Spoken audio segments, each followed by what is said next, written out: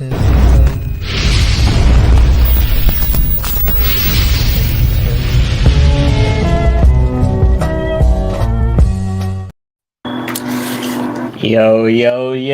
what's good, everybody? It's your boy K Dot, first Black Super Saiyan wherever I have on this planet, back here with another stream.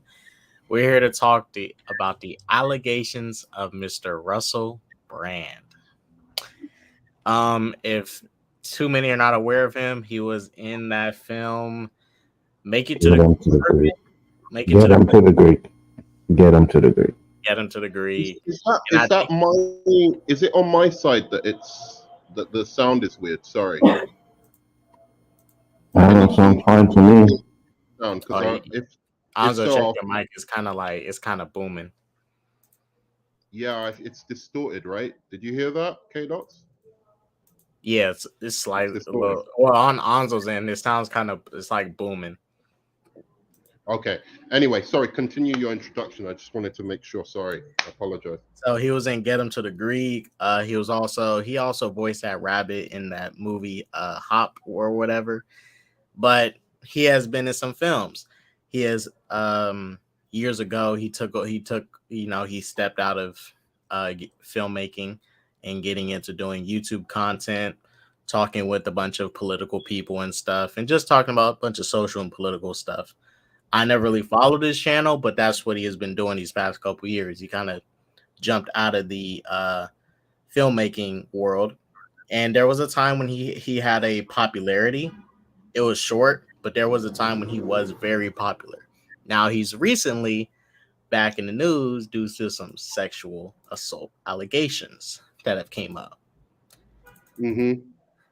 Nerdman, since this is technically your thing, I kind of want to let you start it off and kick it off with. Well, okay. I mean, I can share, for instance, just an article with you. I was trying to search for an article that shows the full allegations,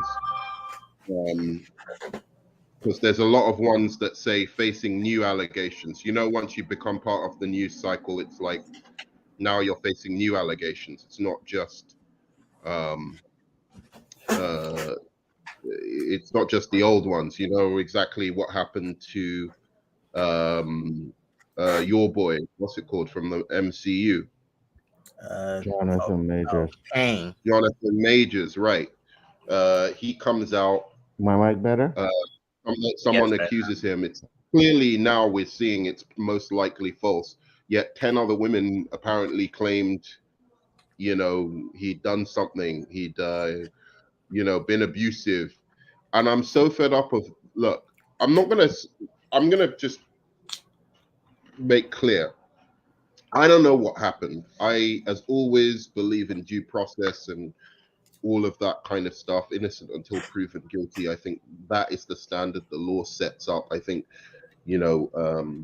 that trial by media is bullshit. And it needs to be stopped. I was thinking about it today that when you look at and I'll go into the accusations of what's happened to Russell Brand. When you look at what's happened to people like Russell Brand, and it's even worse than Jonathan Majors in some ways, because at least that was a legal situation. Like, he was actually taken to the police, right, and charged with something. Even though he hadn't been convicted of that thing, at least he'd been charged with that thing when people started to back away from him. Whereas this one, essentially, a newspaper has come out, accused Russell Brand of some things, and he's immediately been dropped from everything. His management team, his agents, YouTube has demonetized him. All of these things. And think about what that means. That means basically anyone, like, that's the equivalent of somebody just saying Onzo touched my ding when I was like 5 years old. Don't right? put me in I that, bro. That out there. And then Onzo gets like taken off everything, fired from his job. That's not how the world works. So I just because I did want to go into the allegations. Go. Well, I did want to add into it. So I did watch I watched the video you sent us of him and his interactions. I seen his two recent videos on his channel that was titled So, and he talked about how he was putting he was going to do, content like link streams and stuff on Rumble since he's getting paid there. But they when they demonetized him, when I heard about it, I was like, wow. And the reason I said that was because I remember a long time ago on this app when, for example, someone like PewDiePie, openly said, the N word, didn't get demonetized or nothing. Um, Logan Paul showed a dead body on this platform. He still gets to, you know, frequent the platform, produce content on here. His other channel got demonetized, but his podcast channel, he's getting paid off of that. So even though he showed a dead body on YouTube and posted it, he literally still gets to frequent the platform, even though that's not something you can do on the platform. Show like real dead bodies like that in that way, unless it's something educational, which it wasn't. He was walking around in the suicide forest in Japan, but it's like, wow. And now you're demonetized. Now people are going to get demonetized just for allegations. If this was going to start a trend, if I don't know how far this is going to go, but it seems like this is going to be a case. And Russell But Brand, I think, imagine that. I mean, imagine the implications of what they're saying. yeah, Because we think, oh, well, it's the media doing it. But that's just the media just represents a private individual's interests. Sorry, a private individual's opinions, right? So this private organization, right, has an opinion on him. That's all it is. It's an opinion on a person.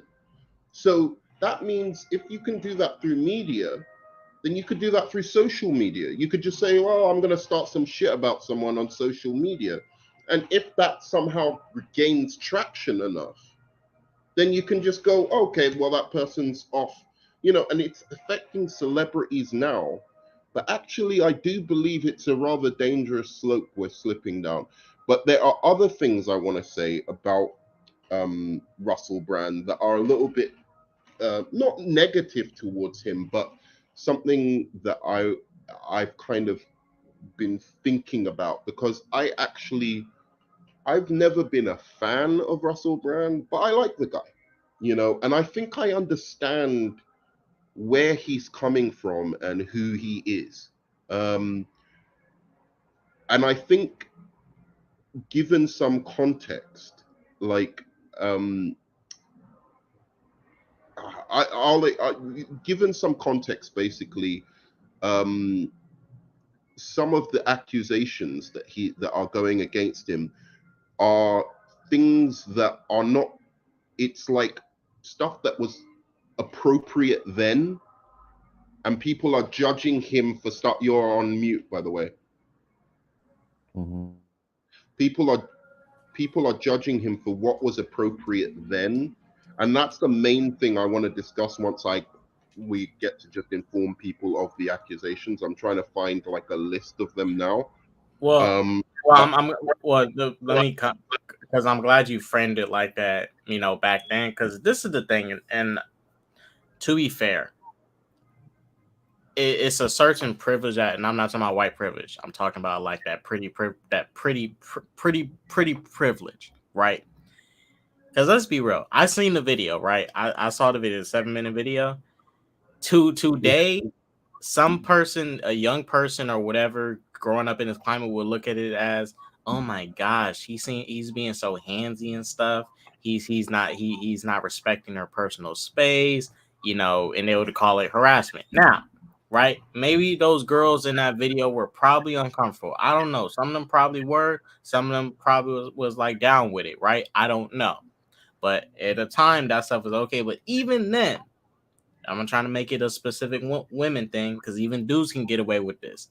There's still celebrities that still do that on interviews and stuff, like getting handsy and stuff with the interviewer and stuff, and the female interviewer entertaining it, or vice versa. It doesn't happen like that as much, but it still that happens happens in because real life. That shit used to happen in real life. That shit used to right, happen in clubs.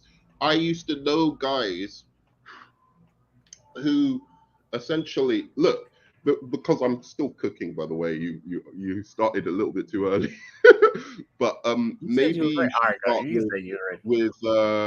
with Anzo reacting to that video and saying what he thinks of some of the interactions. And I want Anzo, like, maybe you can think about it in terms of you go into clubs in like the 90s and early 2000s and how like certain men were with women, right? Like, it's, you know, especially with drugs involved, with alcohol and booze involved, how women were with men, not just how men were with women, but how women were with men.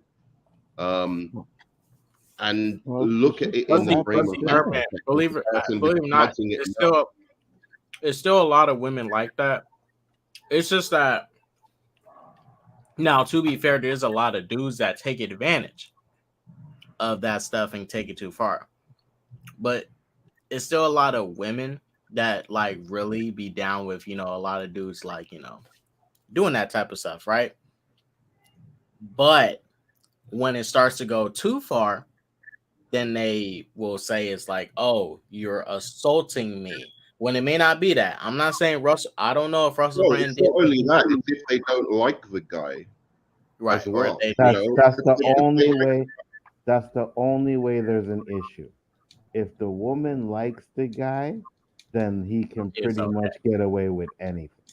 You understand? Well, not anything, but you know what I mean. You know what I mean? not Making anything, them but like, yeah, right, I know but what making you're saying. them kind of comments, grabbing her hand, hey babe, what's up? Putting her arm around her, stuff like that. Now, if she don't like you, then that's an issue, right?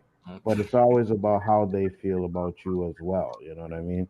Now, the video, again, I mean, it's not the first time we've seen stuff like that. So I didn't really, I'm like, yeah, okay, whatever. I can understand why it wouldn't fly today. But back in those days, man, you would flirt with the reporters. You know what I mean? You would flirt with them.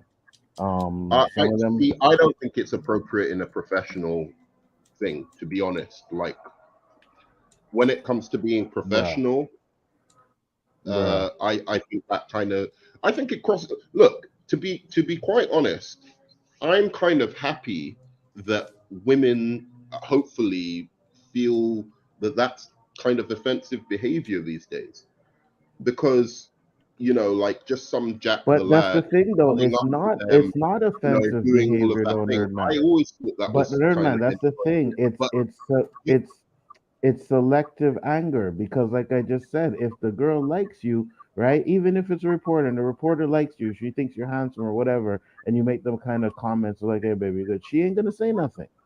It's if they mm, don't find you attractive or they're not issue with you, then it's like, oh well, that's offensive and this and that. It's just, it makes no sense, bro. That's the problem I have with it. It's a Well, and see this is why like I don't agree. I don't agree. I don't disagree with either of y'all points. 'Cause I'm like this, right? Yeah, just for the sake of professionalism, it's best not to do it. But then it's like the people that they're doing this to, they pick and choose so much with like who they're going to allow to do that. mhm. It's prime example. It's the oldest test in the book. If you go to if you go to a club party, whatever, house party or whatever, and you know you just hang with your boys and stuff, and you know the girls start dancing. What you do is if you go, you know, right behind them, and if they keep dancing and they look You're back at good. you and go like you a handsome dude, you good. You're But good. if they Yeah, look yeah, back at you and you ugly, it's time to leave the yeah, party. yeah. You're ugly. You gotta go. You're ugly. You know, it's basically that is basically that shit. Like, Like, you can't tell me you never went to a party, seen a guy try to holler at a girl, she'd be like, nah. And then 2 minutes later, she's dancing with someone else. right. With and you know, to be fair, she has a right to pick and choose Of if she wanted course. to have hands to do or not. But Of like people, course. but I notice when people are in these situations, just like that, these reporters and stuff, they get very selective. Like that. Like I guarantee if it was Jonah Hill, right? Not just picking up specifically, like Hmm. Jonah Hill, man, they wouldn't let that shit fly. If it was freaking shit, what's some ugly celebrity? Mickey Rourke. Oh hell no, they not letting nothing fly with him. Mickey Rourke is hideous. I don't blame him, but If it was like Leo doing that, oh yeah, they all for it. And Am you I know what? saying And to be honest with you, I'm not even gonna say that the reporter or anything like has to be like attracted to him. She just has to right, right, like right? him. You know Yeah, what I mean? Like let's say, for example, and I'm using this one. I know he's dead. You guys might not know, but let's say like John Candy. You know what I mean? I use him because not very that attractive, but he's a funny guy. You know, if he goes to a reporter, he's getting reported by a girl that just idolizes him. Oh, you're so funny and this and that. You know what I mean? Anything he says, she's gonna take it as a joke, laugh it off, ha ha ha. Oh, the greatest interview I ever had in my life. I just got to interview John Candy. May not be any sexual tension there, but just the fact that she likes him, it's yep. gonna be totally different. You know what I mean? And that's just typically how it is for the most part. Like I said, it's that privilege of looking handsome to somebody or looking pretty, and just keeping yourself well kept. Hmm. You're going to get some places like that, right? But a lot of people don't have the privilege to pull that off, so they got to do other things, like, for example, be talented at something to really win people over, right? But no, I'm not using this as no justification for any potential allegations that happen. It's just that I don't think he should have been demonetized for any allegations until you can at least prove, that the person did it. And if they wanted to boot him off the platform, okay. But, we should wait until these people are actually considered innocent or guilty, But he, because yeah, they can, go. because these, especially these celebrities, they can actually sue. Like a regular person could sue, but these celebrities got the money to fight back against these corporations. Now, it's not to say they're going to win, but they're more willing to go to court with these corporations than, let's say, the average person. That's why these companies can get away with fucking over the average person, because the average person is not going to push back and fight them in court. They already know it's in their favor. Like, no average Joe on YouTube who gets your channel demonetized is not going to waste time taking them to court, because most of us don't have the money to last out with these corporations in court. But with these celebrities, that's a totally different ballpark. Some of them actually have the money. Some of them are millionaires, and stuff, to actually push back. Here's my problem, and I have this problem, and I've always had this problem. Have it with Bill Cosby, have it with all these guys. You coming out 20 years later. It's live, RJ. I can't take that, man, bro. It's like, why are you coming out 20 years later? I get it. You know what I mean? Oh, maybe they're worried about their career and stuff like that. But first off, this Russell Brand guy was never one of those big, huge guys in Hollywood that you ever had to fear that you would lose a career or whatever happened. You know what I mean? Yeah, Like, I can understand. definitely not Russell Brand. He's one of, mind you, and that's what I said earlier. His like little piece of fame was like short, Hmm. and it was like maybe 2 years or stuff. He had like a good run, but after that, get him to the Greek, It's he was like nothing. irrelevant for the most part, as Absolutely. far as his celebrity status. Absolutely. 100%. You know what I mean? And it's just like, and then we see a pattern, right? And if you look at all the cases, there's always a pattern. You know, one person comes out, and then next thing you know, it's like, oh, wait, we got a whole bunch of other people that are coming out and saying this and saying that. Jonathan Majors, right? This one woman came out, then they put out an article saying that, oh, they're interviewing other victims. Well, where the hell Right, are these other exactly. victims? So I want to talk about like I still have to go back because like there's this something I'm cooking, but Yeah, yeah, yeah, yeah. The whooping briefly, chain, ball and chain, we get it. did anybody see the documentary?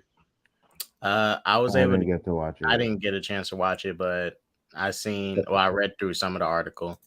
I So actually have it up if you want to go if through it. oh okay, if you've got what an article. Remember the article you sent us of the review of the documentary?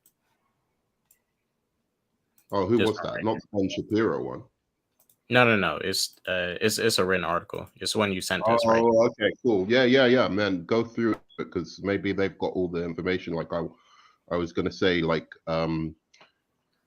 I remember that there's three allegations against him. Basically, one which is the R word, and the details of that were like that some woman he knew, who he had a relationship with, came to his house one night, and apparently he was telling her that you know come over because I'm sad and I need some company and blah blah blah. So she came over, and he had another woman in the bed apparently, and wanted to have some kind of three-way with her, and she refused. And then he apparently then pinned her up against the wall, and she said he had some scary look in his eyes or whatever. He said he pinned her up against the wall and did whatever. No condom as well, which she said she always had what with a condom or sex with a condom. Wait a second.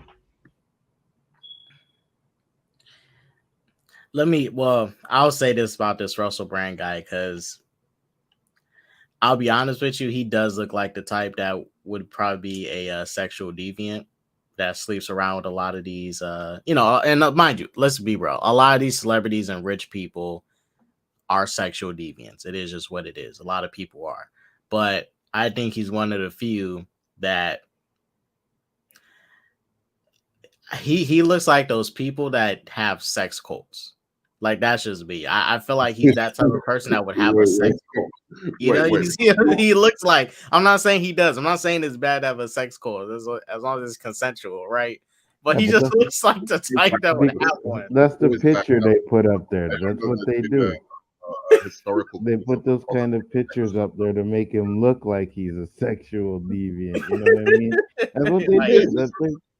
The man admits to being a sexual deviant, and this is the problem. So what I was saying is that she was pinned up against the wall and blah blah blah, but then she actually supposedly reported this immediately after, and this is the kind of evidence I like. This is the kind of evidence I think is good, and this is why I don't dismiss the documentary just out of hand. This woman apparently reported this immediately. She went to an R clinic. There's kind of notes on this. She also has a text from Russell Brand, of him apologizing about his behavior and so forth. So that's the kind of evidence I really like. That's not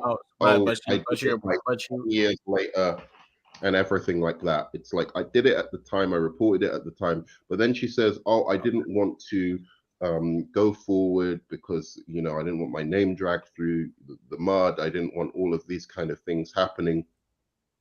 And on one level, I'm like, that's bullshit, because now you're making it so that other women will possibly be victimized by this guy if you don't report it. But on the other hand, I'm like, say what you will about Amber Heard, right?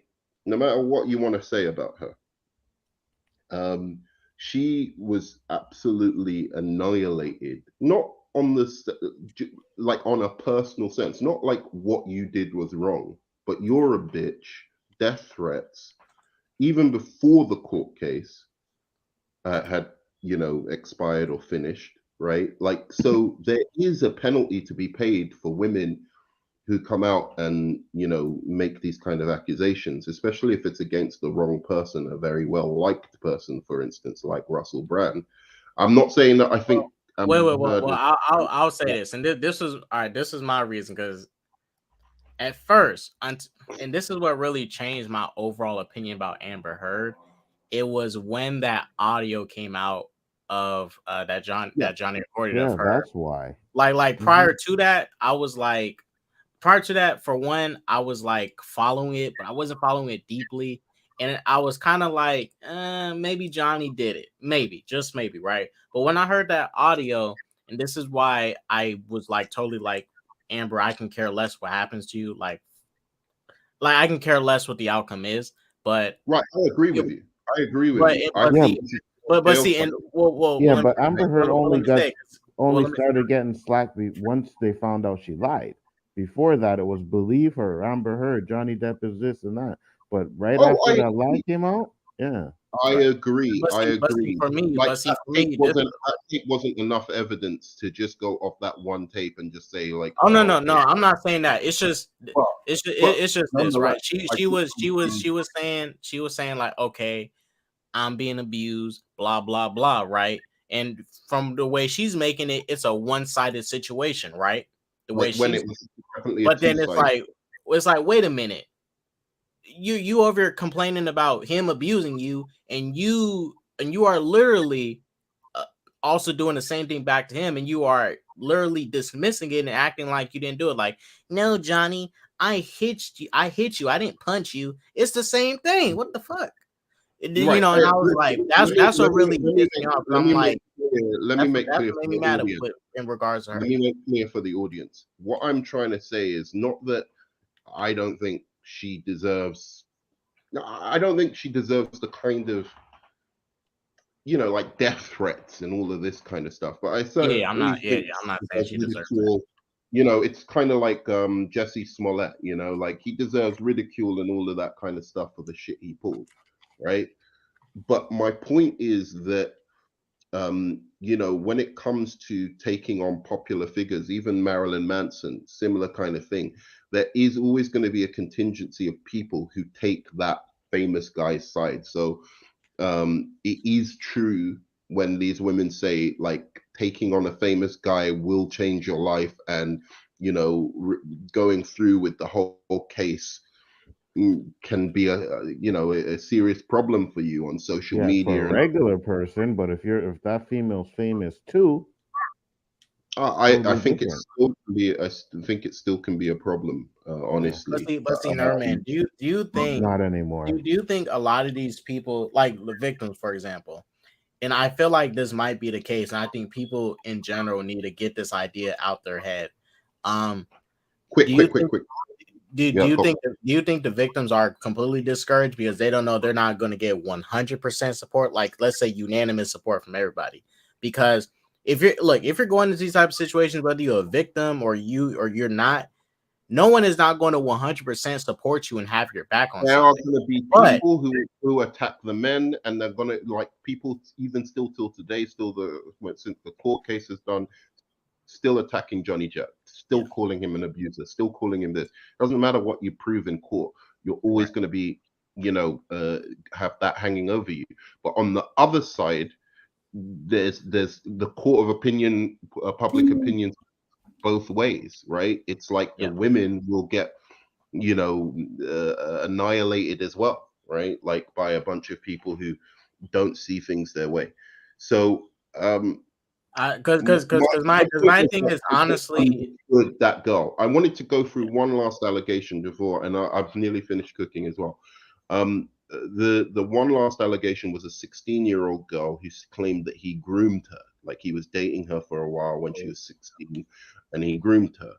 Now, the only issue with that is in UK, that's completely legal. That's the legal age of consent is 16 16, yeah. years old. I don't agree with it. I don't Yeah, think that's yeah, right.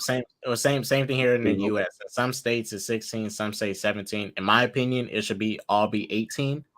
But to in be my fair, opinion, there needs to to be be fair, I think they should just up the age of an adult to 21 if that's the age you can drink and mm, smoke. well, I But think it should be. I think it should be in brackets because clearly, when you're 16, I was sexually active in some ways. Not that sexually active because I was a nerd, but I was sexually active enough.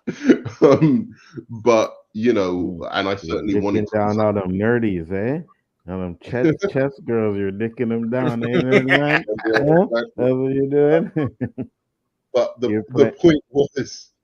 point was that you are sexually active, Jim, shots and Howie. wanted Yeah, to yeah, be. 100%. Okay, but So yes, I you can agree. have Okay, brackets of like, okay, from 18 to 19, or 19 to, oh, sorry, from 19 to 16, you can sleep with a person. Soon as you no, no, hit no, no. 20, you can't Okay, sleep with somebody under the nerd age man. of 18, Yeah, no, right? nerd man. What when we see, the thing is, when it's consent, it's usually an older and a younger, right? Two 16-year-olds fucking, no one's gonna say anything. But when we talk about age of consent, this usually has to do with an older person and a younger person. Then Yeah. you need to have that age Yeah, of but even a consent. 19-year-old with, say, A 16-year-old, a year old is a problem, or a it 20-year-old is with a in 16 law. year old In is a law, it problem. is. It is. In law, it is. And so, if you Mm-hmm. had brackets saying, look, you're about the same mental maturity when you're about when from about the age of, like, say, 19 to 16. Yeah, It's yeah. No, 3 years. You've got the same intellectual we you see, maturity. we had this discussion on the OOC because Roberto was like, nah, he ain't dealing with that. But I'm like, it's only 3 years. When she's 20 and he's 23, what's the big difference? You know what I mean? So for Right, me, exactly. 16 and 19, I don't have an issue with that because they're around the same age. You know what I mean? And a 19-year-old is considered adult by law, but a 19-year-old is not a fucking adult. You know what I mean? A 19-year-old still gonna do some little kid Because shit. They're still kids. technically, you're still a team.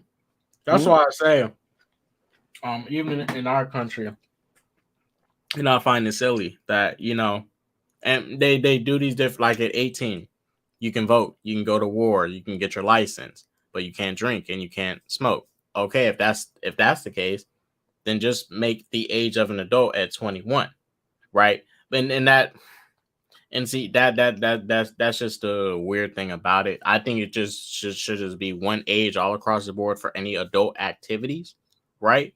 But Hmm. these countries want to do these different brackets and stuff because I'll be honest with you, I think there's a lot of these politicians and stuff that are running things that do like to have those acts with people that are underage, and they make these laws and put them in place. Go like, well, we can make the age of consent 16, 17, so I can do what I want to do.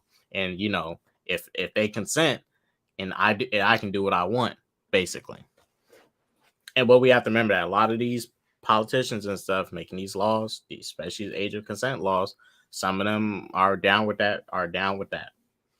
Look, say, for instance, a 16-year-old has, sleeps with a 15-year-old. Do you think it's right to convict that person of, like, sexual whatever? I don't think that's right. I think they're of the same Oh no, intellectual no, no. maturity, I mean that's fine. right? No, but that they can be, if the Yeah, yeah, parents they or can. Yeah, yeah, yeah, yeah, whatever, yeah, Oh yeah. yeah. If there's no they, like they consent can and stuff, they, yeah. they can do that, and I don't think that's right. You shouldn't be ruining a 16-year-old's life because he's or she is doing what's naturally occurring in their body to want to do, right? At that age, their hormones are going everywhere, Man, right? when I was in school, you know how many 16-year-olds were fucking? Right, Mhm. You know exactly. what I mean? Like, Bro, So it was literally teenagers when and when I was in high school, literally dating college students. We knew it was weird as fuck, but we just kept it to ourselves. Like, ain't my problem. I ain't snitched on nobody. It's weird, but not my problem. mm, but yeah. listen, here's the point anyway. So Russell Brand apparently was doing something with this 16-year-old. Yeah. Again, the issue with that is it was of an age of legal consent. Now she's coming back and saying now she felt like it was grooming, and he did all these weird things with her. She described some weird thing where he made her stay in a bath because he said he's going out and he wants her to stay in the bath till she comes back. Stuff like that, Yeah. right? Just like Um, just like all of a sudden, oh, R. Kelly's locking these girls in the closet and not feeding them for days. You know what I mean? Like, I'm not gonna say there's no truth to some of this stuff they're doing, but sometimes I think they exaggerate a lot to make it seem worse than it really is.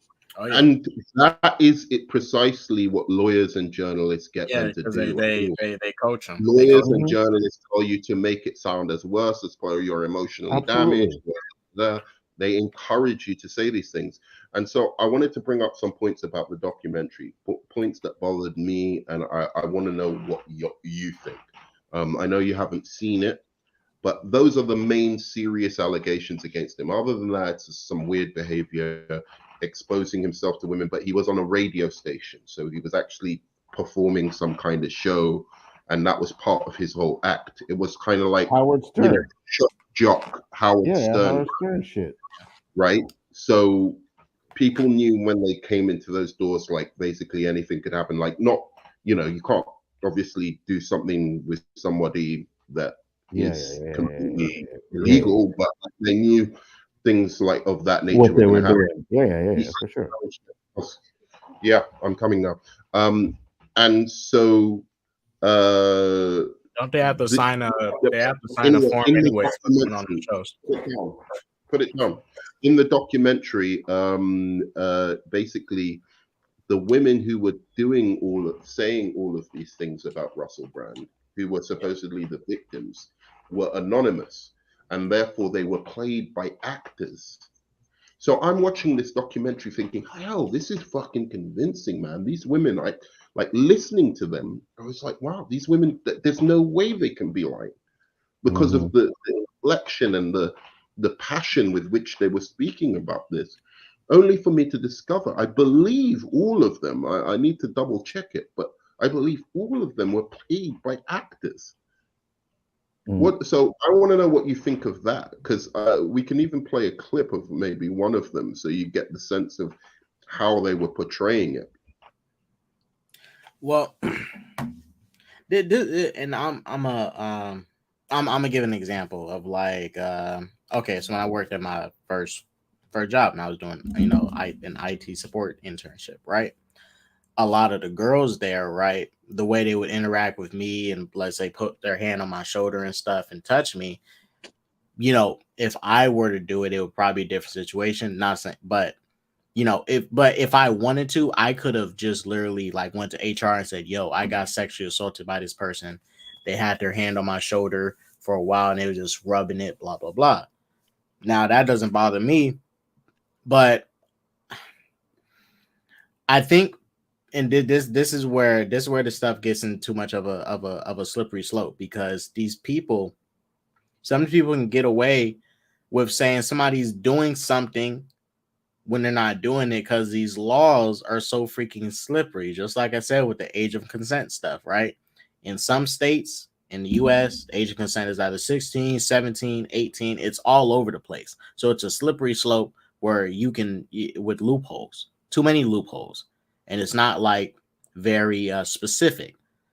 So, you know, I'm not, like I said, I'm not saying all these people are wrong or right, but people are misusing a lot of these laws and stuff that are in place. People do it all the time, but these laws have created loopholes, obvious loopholes for people to do this stuff. It's like it's almost intentional to set up these situations for them to happen like this, because they have to be intentional at this point. Like you don't, because if you were to make a law that has so many gaps in it, it's like, all right, you notice there's a problem with this law and you're not fixing it. Mind you, they never really change these laws for a while. They leave them as is, and I think they intentionally do these on purpose, because sexual assault, you can say anybody sexually assaulted you. For if I bumped into a person,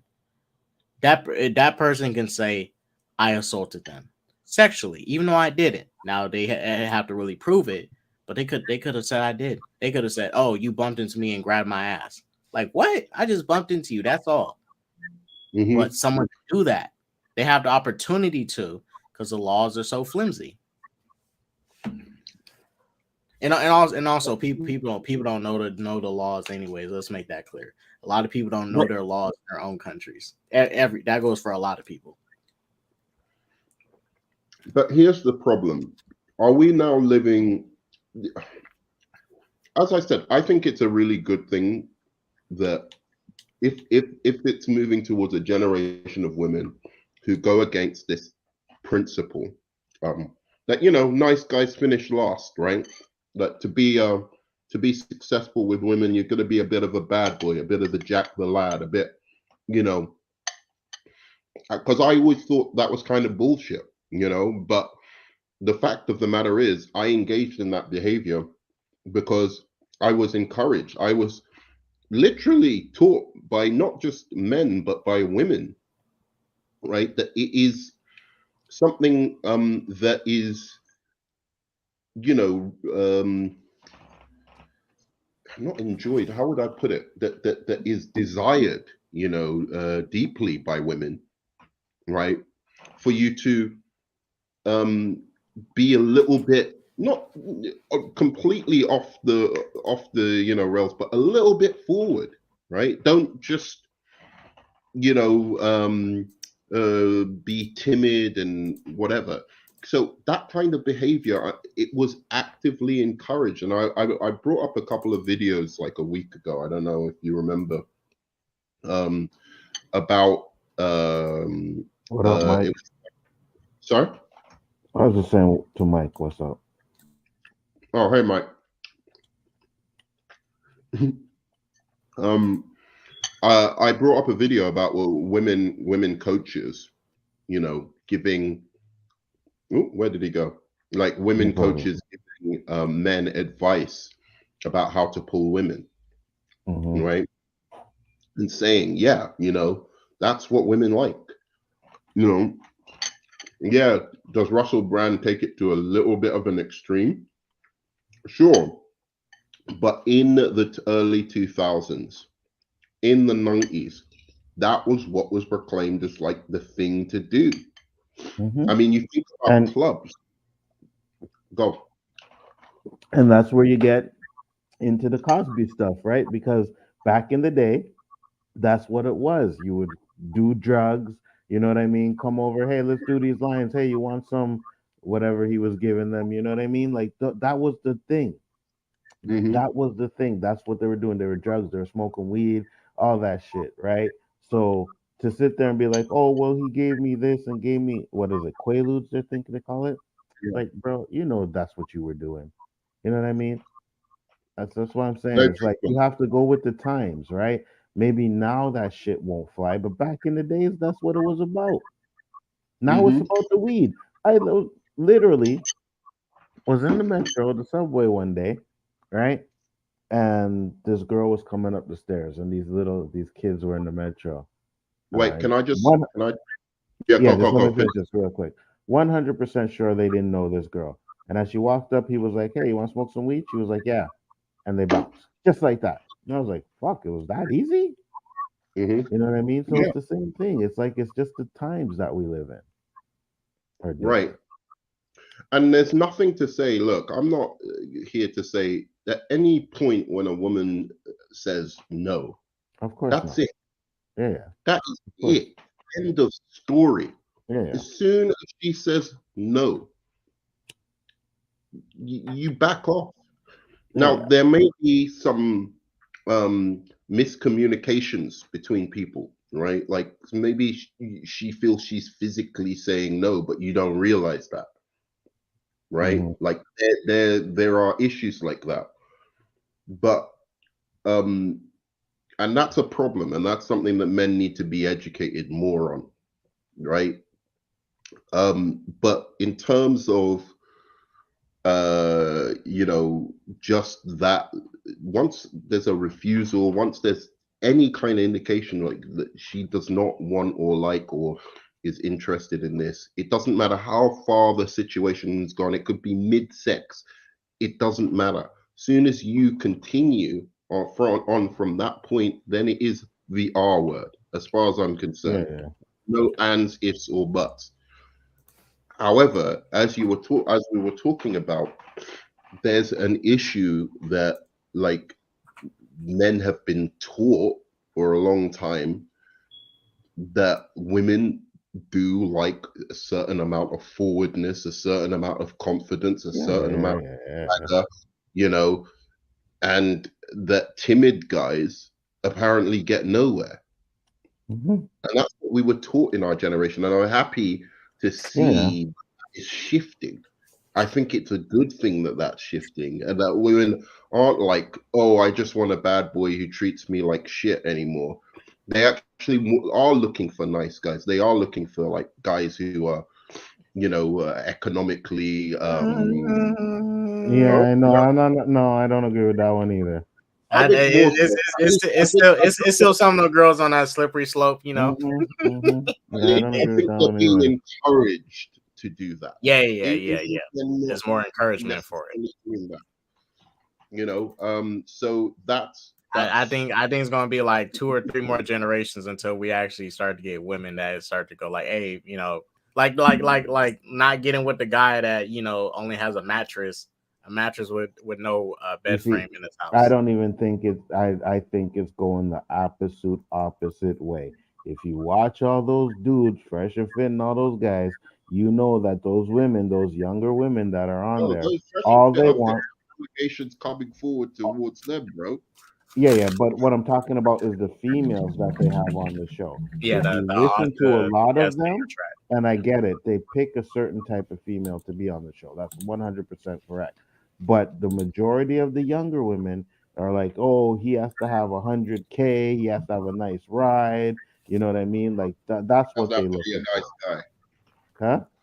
Yeah, but don't take the women on fresh and fit as some I'm not. But what I'm trying to too explain to you is benchmark that women in they the world. bring in a lot of those women that come on, and there are a lot of women that think that way. That's what I'm trying to explain to you. A lot I of get them that. do. I'm not saying that. I'm just saying that there has been a shift, at least culturally, towards women having Nope. not accepting the kind of behavior, like, oh, I'm just going to go into a club and just wind up against like a girl in hope that she's Yes, going to. they do. What are you talking about? Yes, they do. Last time you've been to a party, bro. It's the same I thing. think It's that's more of a. I wouldn't do that now. you I certainly wouldn't, wouldn't but do that now.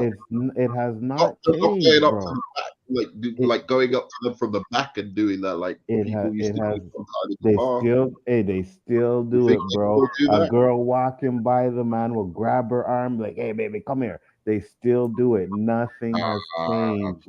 not, I'm not, telling dude. you. I am I don't telling think you. so. I I mean, have What do you yeah, think? seen like it. I say, it's still well, and I really mean this. Like, it's gonna be a couple generations until the dating climate of how people interact with each other and just how guys interact with women. It's going to take like maybe 2 or 3 more generations because we're still not that far off from the people that grew up in the 80s, the 90s, the 70s and stuff. Some of those people are still alive, and the way they were raised to interact with women still affects us till this day. So that gap is not big enough right now for that shift to really happen. We're still kind of in it, but there is more people nowadays. I'll say women being encouraged to, not get with a dude that's a fuckboy. There's a lot more men being encouraged to, read the room with a lot of women. Like yes, back in the day, as a man, you was taught, yo, you can have your way with the woman, you can do whatever you want. But there's also No, being I don't think respect it was taught. There's that. I also being don't think respect taught. I don't There's think also it's being that you respect can have. taught, but their idea of respect was different from how respect is not. Like everybody's idea of respect, especially when it comes with women, was kind of different, right? But it's But gonna be a lot. I don't think it There's was like you were just saying like you can do what you want or have your way with them any way you want. It was more that it was just the environment of just being like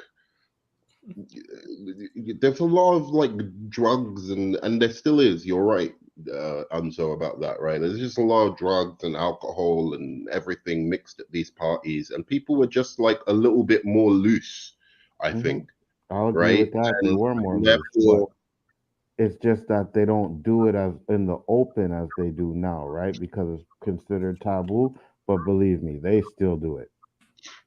anyway, I think this is like going back to Russell Brand, and we'll talk. Mike, obviously, I'm was good, Mike. happy to What up, see Mike? you. But I really want your opinion as well. But like my point regarding Russell Brand is he is of that generation of guys who were taught that there were whole schools. I remember like this whole phenomena that came out about like pulling women, right? Like there was like the what do you call it? Players These University. pickup artists and stuff like that, right? Who are like teaching techniques of how to, you know, and this is the kind of stuff they were teaching, exactly what Russell Brand does, dressing extravagantly so that women notice you, like walking up, being super confident with them, you know, playing one woman off the other, you know, like that kind of those kind of strategies and techniques. Wait a minute, do y'all think he did it? It's not that I don't know. And there were things about the documentary, even though I thought it was kind of like the proof that they provided was much more compelling on the surface, on the face of things, than a lot of other documentaries, because one, the woman apparently straight off the bat, like after the night, went to an R clinic and, you know, and reported it. So that to me is really good proof of something happening, at least her believing something happened at the time, right? So yeah, so that kind of thing. But the things that I was concerned about with the documentary is that they have actors playing these anonymous women. And why would you put the women out there though, like that? Huh? What difference does it make? I mean, they're anonymous. You're not going to see them, so what does it matter? Like, that's the narrative. Here's why it matters, because when they were describing what happened to them, I was fully like, oh my God, I believe these women. Did it say like these are actors on there? Huh? Did it say like, you know, dramatization, or these are not the real women or something? So they said it about the first woman that they had, you know, where you didn't see her face, and they said, yeah, it's played by an actor. So I kind of like dismissed that. But then they didn't say it afterwards. But as far as I understand, I might be wrong, but I've seen from other outlets that actually all of them were actresses. So I'm watching this woman with her face on the, you know, like it didn't make it clear for you. Yeah, like she was fully filmed just like me and you, or me and you know, K-Dots are now, just talking about it. And so the dramatization is what bothered you, the way they presented it. Because see, I believe that he probably did do something, because back in the day he was like an alcoholic, he was doing drugs and all that. So I'm assuming, and this isn't an excuse to get him off or anything like that, but it's like when you're doing all of that stuff, maybe things go a little too far, you're not aware of what you're doing, that kind of thing, you know, and maybe they said stop and he didn't, whatever the case may be. But this whole narrative that he's pushing out there now, where like people are attacked, he's censored. There was a video he did yesterday or whatever that said he's censored. If you're censored, he would not have been able to post that video. Like, being censored means you can't talk. Like, somebody's taking away your ability to communicate. And he posted a video. The only thing they did was take away the monetization. Yeah, that was demonetized. Yes, they didn't take away the channel though. So he's not being censored. Well, I mean, if they like were taking away his channel and stuff, then yeah, you can. Then you're being censored. But even so, YouTube is a corporation.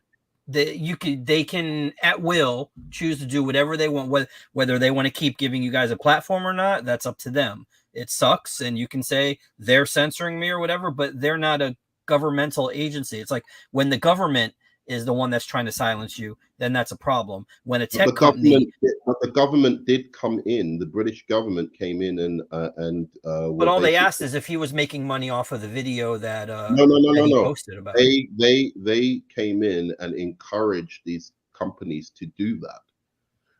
Right. The letters that I saw, all it said was that they were asking the legal notion that is protected by the government and legal institutions, that you are innocent until proven guilty. Right. So by them stepping in and actually, you know, furthering this. And there's also a video out. I sent it to you earlier. I can't find any other source for it.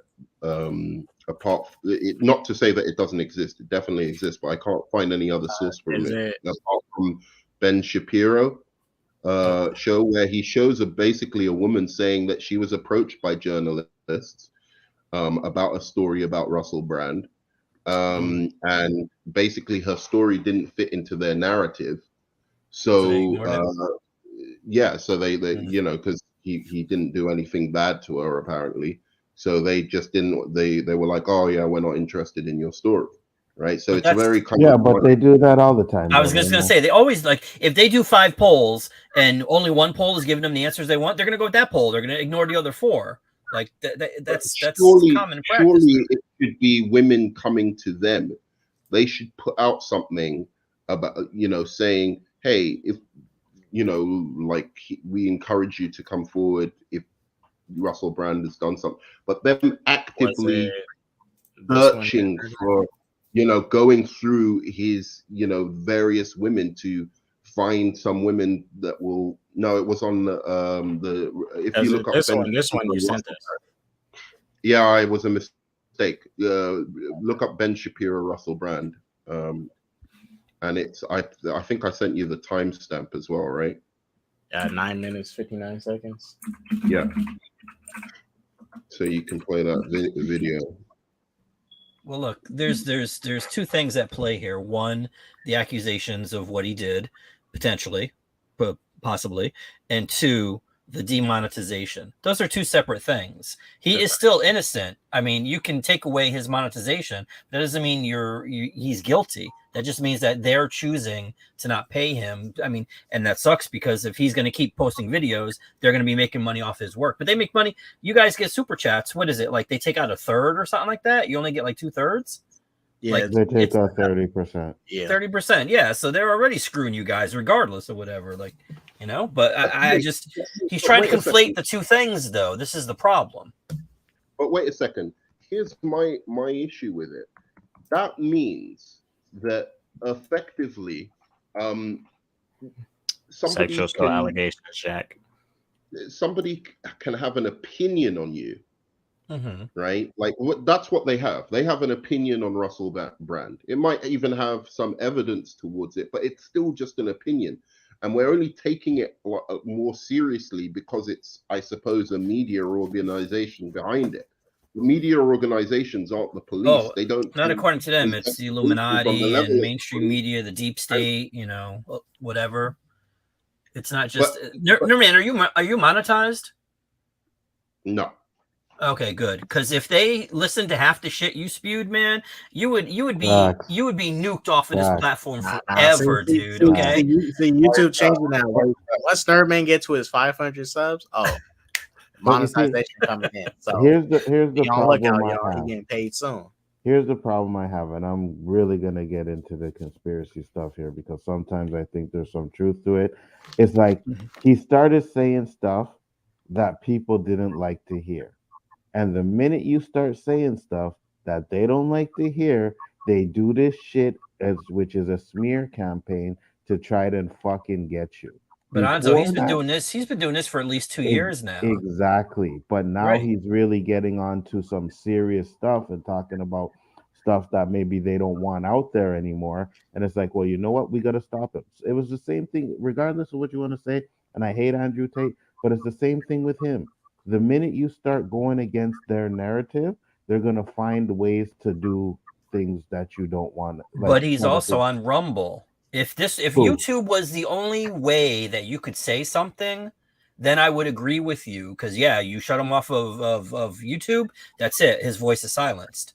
You got Rumble. You got now he could do like long form videos on Twitter and stuff. Like there are avenues. He's not censored. I mean, no, but I'm not talking about being censored. I'm just talking about what I'm saying is all of his court stuff, all the shit that's going on, allegations, all that stuff is just smearing them. And I say it all the time. It's like, when Hollywood or those elites or whatever are done with you, if you don't conform to what they want, they will do things to try and bring you down, right? Because he's been talking this shit for 2 years, right? You just said it, all the time. All the time he's been talking this shit. No one said any shit, but he must have did something or said something that they didn't like, and it's time to get him, right? I don't think it was just recently. He's been anti-vax, just 100%. All of this stuff.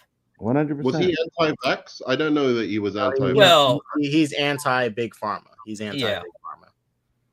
At the end of the day, it's like They allow you to say what you want to say until you don't cross the line. The minute you cross the line or you're not making them money or doing whatever, that's what happens. And I think that's the same thing would happen with Jonathan Majors.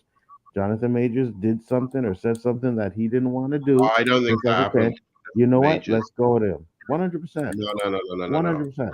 No, because the 100%. timeline is different with Jonathan Majors. Jonathan Majors just had someone accuse him of something and Right. go to the But the cops, reason, and what I'm then the saying is, media the picked reason, up on that. That but the was not reason, that right? they But were what I'm saying is, no, no, investigating. no, no. The reason why I'm saying that, though, Nirmal, because these allegations come out, right? It's not like if okay, so if they want to protect you, and this I had this conversation with my son because we talk about Hollywood and all that stuff. If they don't want these allegations to come out, they won't come out. Trust me. If they get wind that this girl had said something about Jonathan Majors was a huge guy and they didn't want this stuff to come out, they'd find a way to pay her off. They would do something to stop that information to come out. There's a lot of things that other people do, like let's say Jay-Z. I'm pretty sure Jay-Z has done some shady shit, right? But it's never come out. What I'm saying is at the end of the I, day, if some shit happens where Jay-Z doesn't conform anymore, you're gonna hear a lot of fucking or he gets too powerful, you're gonna hear a lot of shit about Jay-Z coming out. Trust me. It I'll was be about honest. it was about Jay two Z right years. now is already powerful. Is already powerful. He can him and Beyonce. But he's conforming. That's the problem. That's why he's not getting any issue because he's conforming. It's once you go against that grain, once you go against their agenda, once you start talking about let's say trans stuff or this stuff, that's when they're gonna get you. What I'm telling you. sure. Let me add this in too because Jay Z is a prime example. He also compared to a lot of celebrities stays very low key. Like he keeps to himself. You don't see Jay Z as interactive as much with his audience and stuff and even the world, right? He does a lot of stuff, but he does it behind the scenes. A lot of these celebrities are constantly engaging with their audience and people daily, whether it be they're doing streams, doing concerts and stuff, whatever.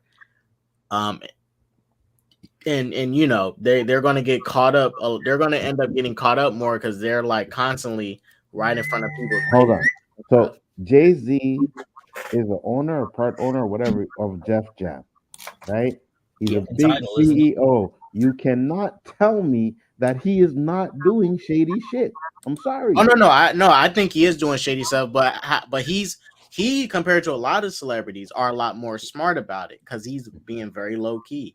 He's just keeping to himself. Harvey Weinstein. He's not hopping on stream saying anything How many years controversial. was Mm, Harvey Weinstein doing what he was doing? she And then how long did it take over for that Harvey over Weinstein stuff decades. to finally come Yeah, out? but Right? that I didn't mean come that out. took more than three uh, decades though.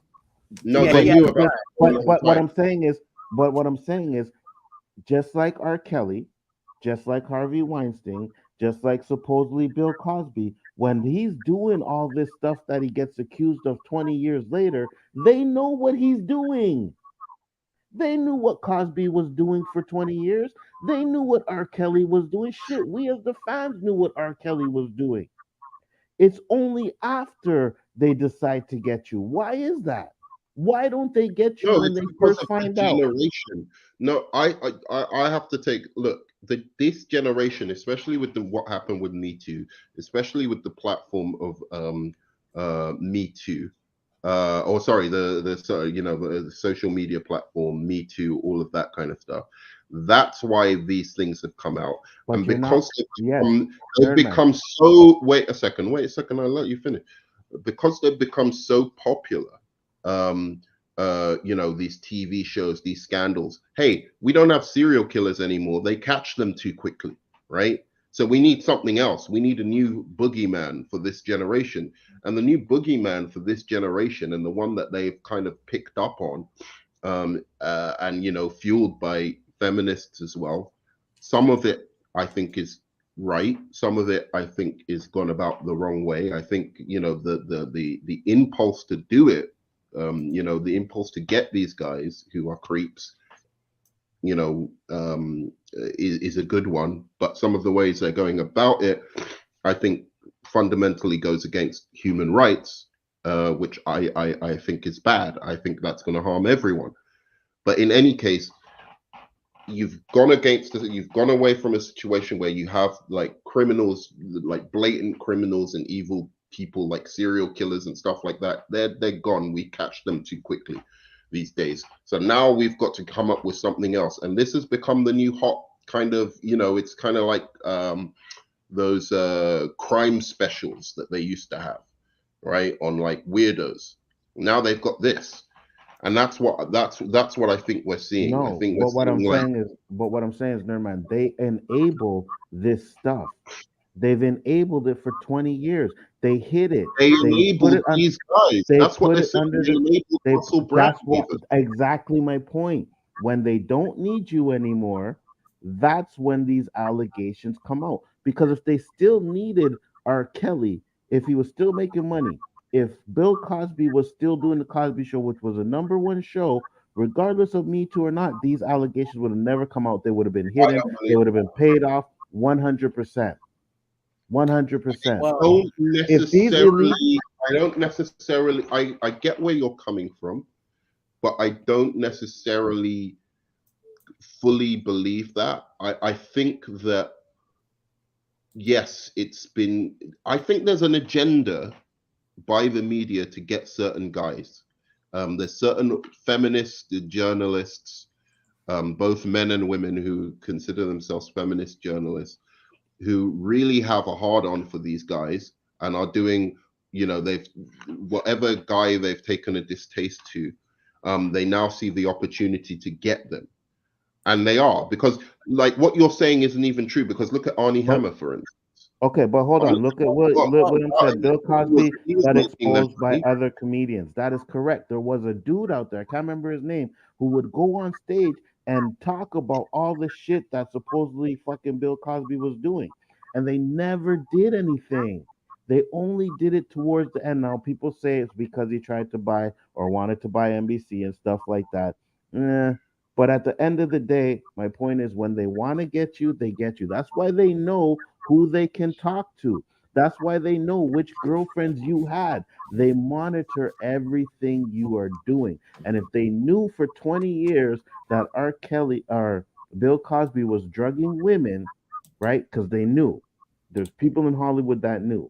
That's all very controversial, to be honest. I've looked into that case, and that. Okay, I know. I'm just using it as an excuse because he was convicted of it, right, or whatever. What is it? I'm using that as right. I don't actually, like I said, it was the times. There was a drug pandemic. People were doing drugs all the time. I know me. I'd call up a girl and be like, "Hey, what you doing tonight? Nothing. You want to come over have a few drinks?" She says, "Sure." She knows she's coming for it. She's coming over to have a few drinks, and you know what I mean. Take the D. That's what it is. You don't have to specifically come out and say, "Hey, baby, yeah, you want to come get some D?" No, baby, what's up? Let's hang out. They use the same word, Netflix and chill. When you tell a gal, "Hey, you want to come over and watch Netflix and chill?" She knows she ain't coming over to watch no fucking Netflix. Mm-hmm. Well, let me throw this in real quick, because I don't disagree with nothing y'all saying, because I think it's a combination. There's a combination of a lot of things. Combination of what Anzo said, combination of new generation coming up, just like Durman mentioned, Me Too, that don't want to tolerate some of the stuff people did in the past. Because like I said, at certain points in people's lives, some things are okay and some things just aren't. And some of these older celebrities are not able to keep up with what's going on now. So the activities they used to do back in the day that they thought was okay, they can't do that shit no more. So and not only can they not do it, they can't do it anymore, and the audience has changed. The audience of people, the environment. But see, he's trying to introduce. He's trying to introduce the. Hold on there, man. He's trying to introduce this alleged censorship of YouTube as the reason that these allegations came out, trying to justify whether, if he did it or if he didn't do it.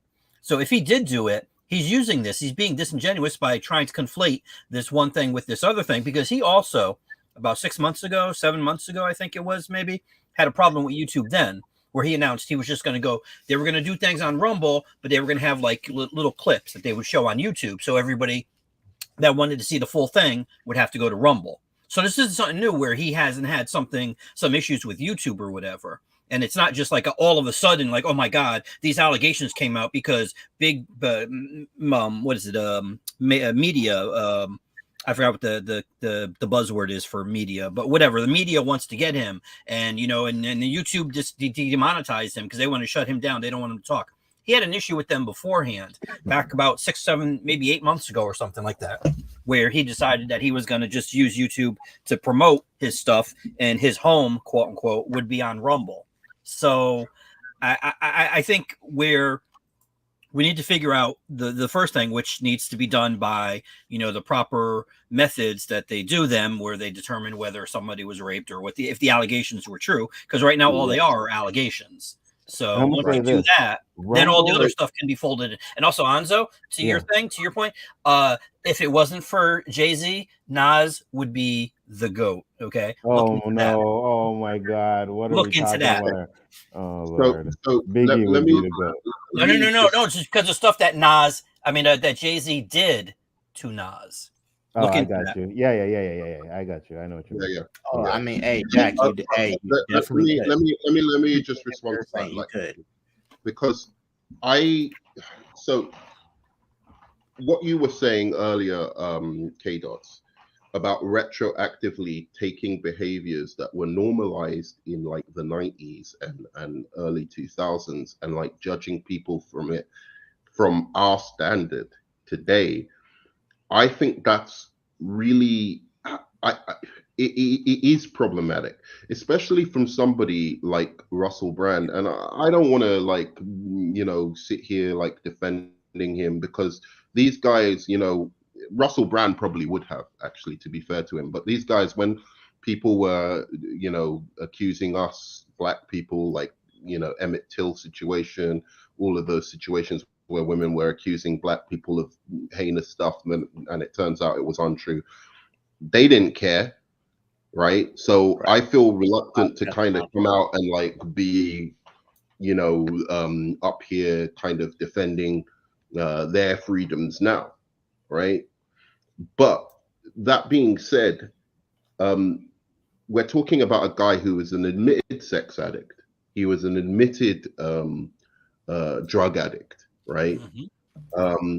He's gone to rehab. He's tried to, make his life better afterwards.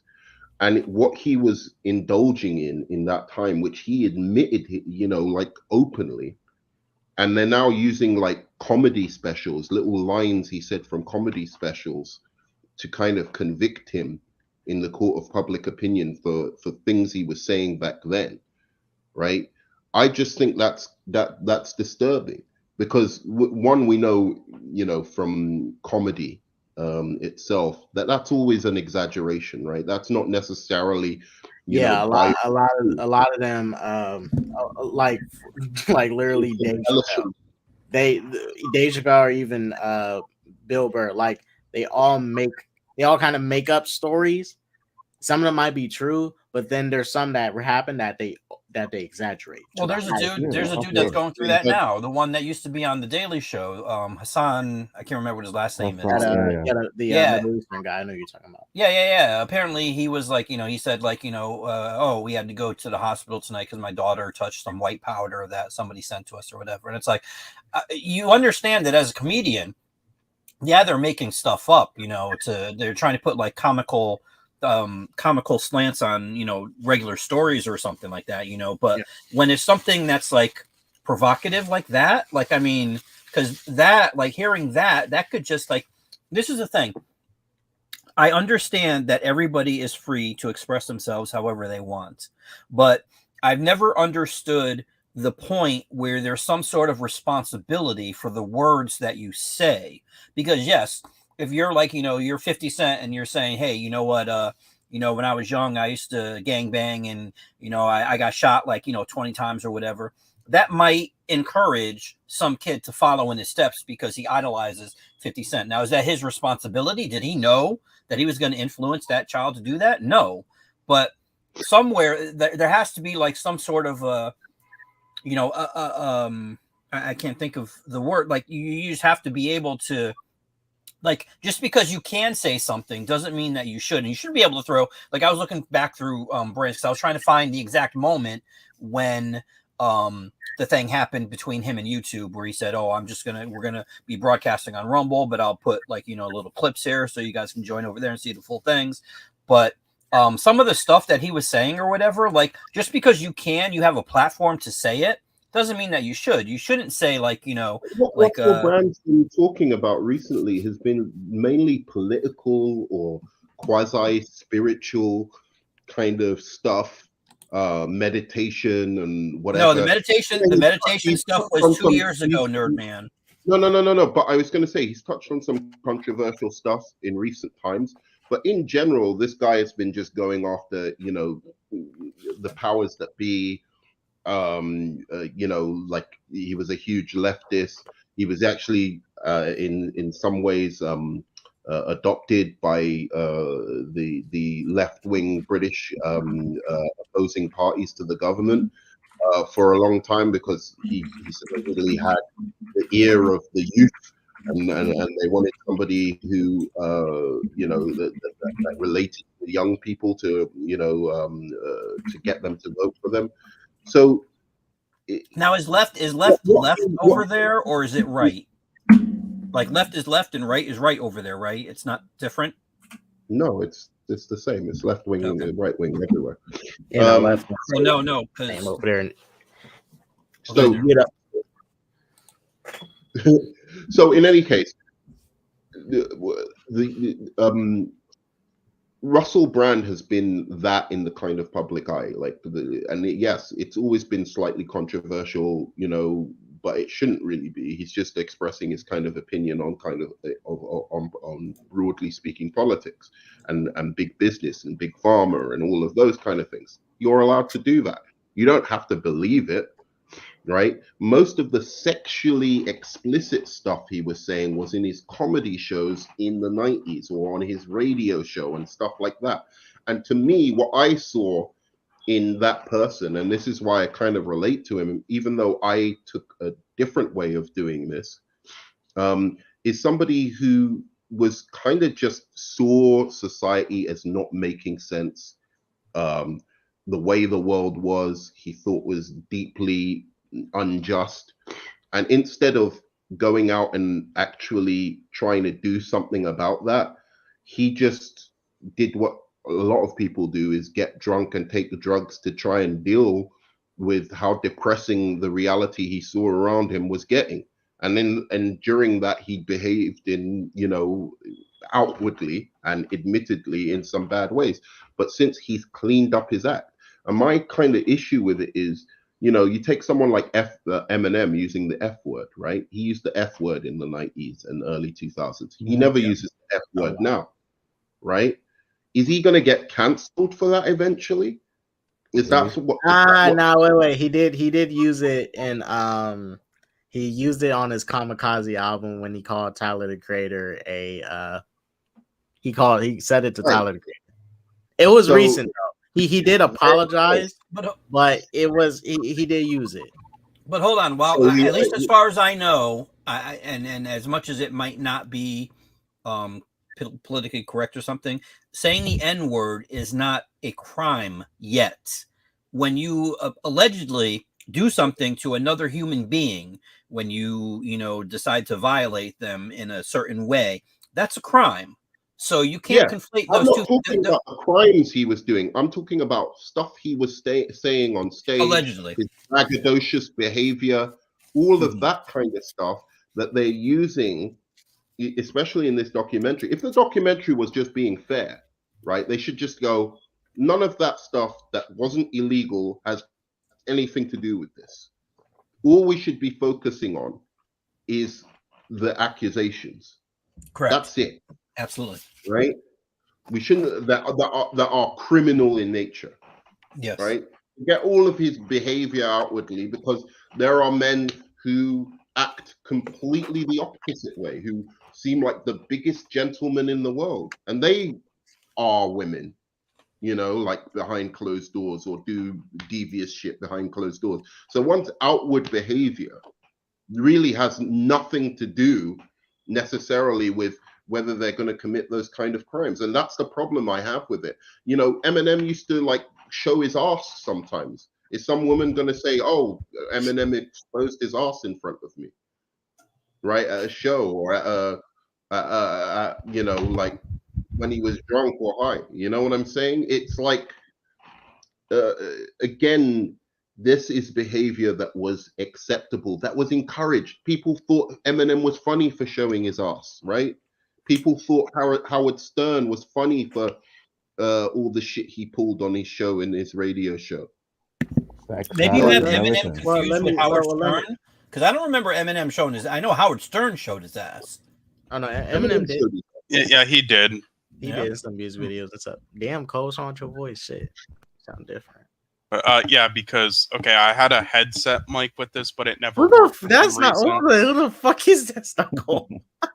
What? By the way, should I play this or should I get rid of this? That's a different motherfucker. Should I play this or should I get rid of this? Because oh wait, yeah, I wanted to say this real quick.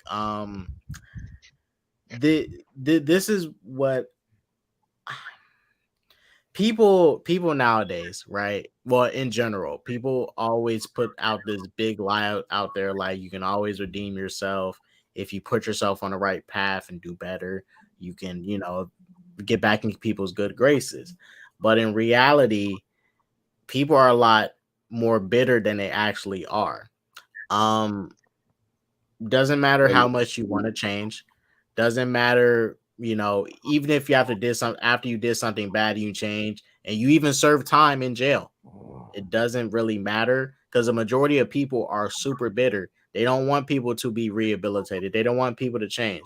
If you don't agree with what somebody is saying, you're automatically out. You're automatically discarded, whether it be you're liberal or conservative. There is both ways. These people and many in general are like this, and these people still try to promote that they are forgiving people. Mind you, a lot of these people believe in a belief system that encourages them to forgive, right? Forgive and allow people to change and do better because we all are going to make mistakes, right? Now, some people need to be punished for mistakes, but if we're going to preach to people that, you know, you can do better, the way people are going about it now is not going to reinforce that. But people try to make it a thing, and it's all bullshit. You know, it's all bullshit to me. Yeah. But personally, I want to see people change and do better. And if you are changing and you're on that path to do better for yourself, you know, your past is still going to be there. You can't get rid of it, but I'm not going to hold it by you. I only do that to people that are still doing the fucked up stuff they was doing back in the day, and they try to act as if it doesn't apply to them any longer. For example, let's say somebody was like, oh no, I'm not robbing banks anymore. I'm a changed person. You come to find out that they're robbing banks and stuff. It's like, dude, what the fuck? You know, it's like you're still doing it. You want me to have sympathy for you, and yeah, and a lot of those people were never really fully punished anyway.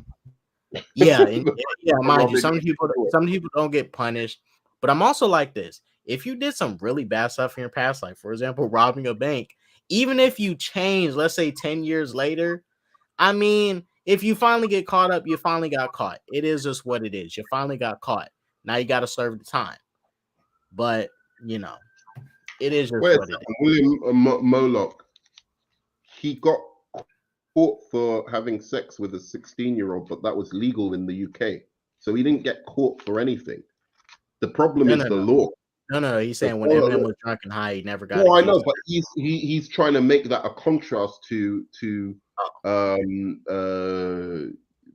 Russell Brand. You can't tell me Eminem probably didn't bang, like, what's the legal age to have sex in America? 16. It also depends on the state. 16 or 17, depending on the state. Yeah. 16 or 17. I thought it was 18. That's why it's inconsistent. It fluctuates between the three. I'll be very surprised if I don't think I ever heard 16. I think it's 17 and something. I know it's 16 here. Okay. Hold on.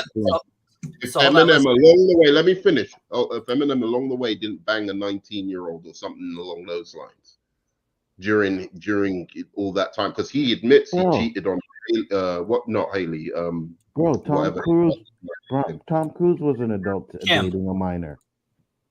Like a lot of these Hollywood stars do it. You can Google it right now. Go Google how many Hollywood stars Yeah, dated well, minors. especially if what Tom Cruise does, it doesn't surprise me.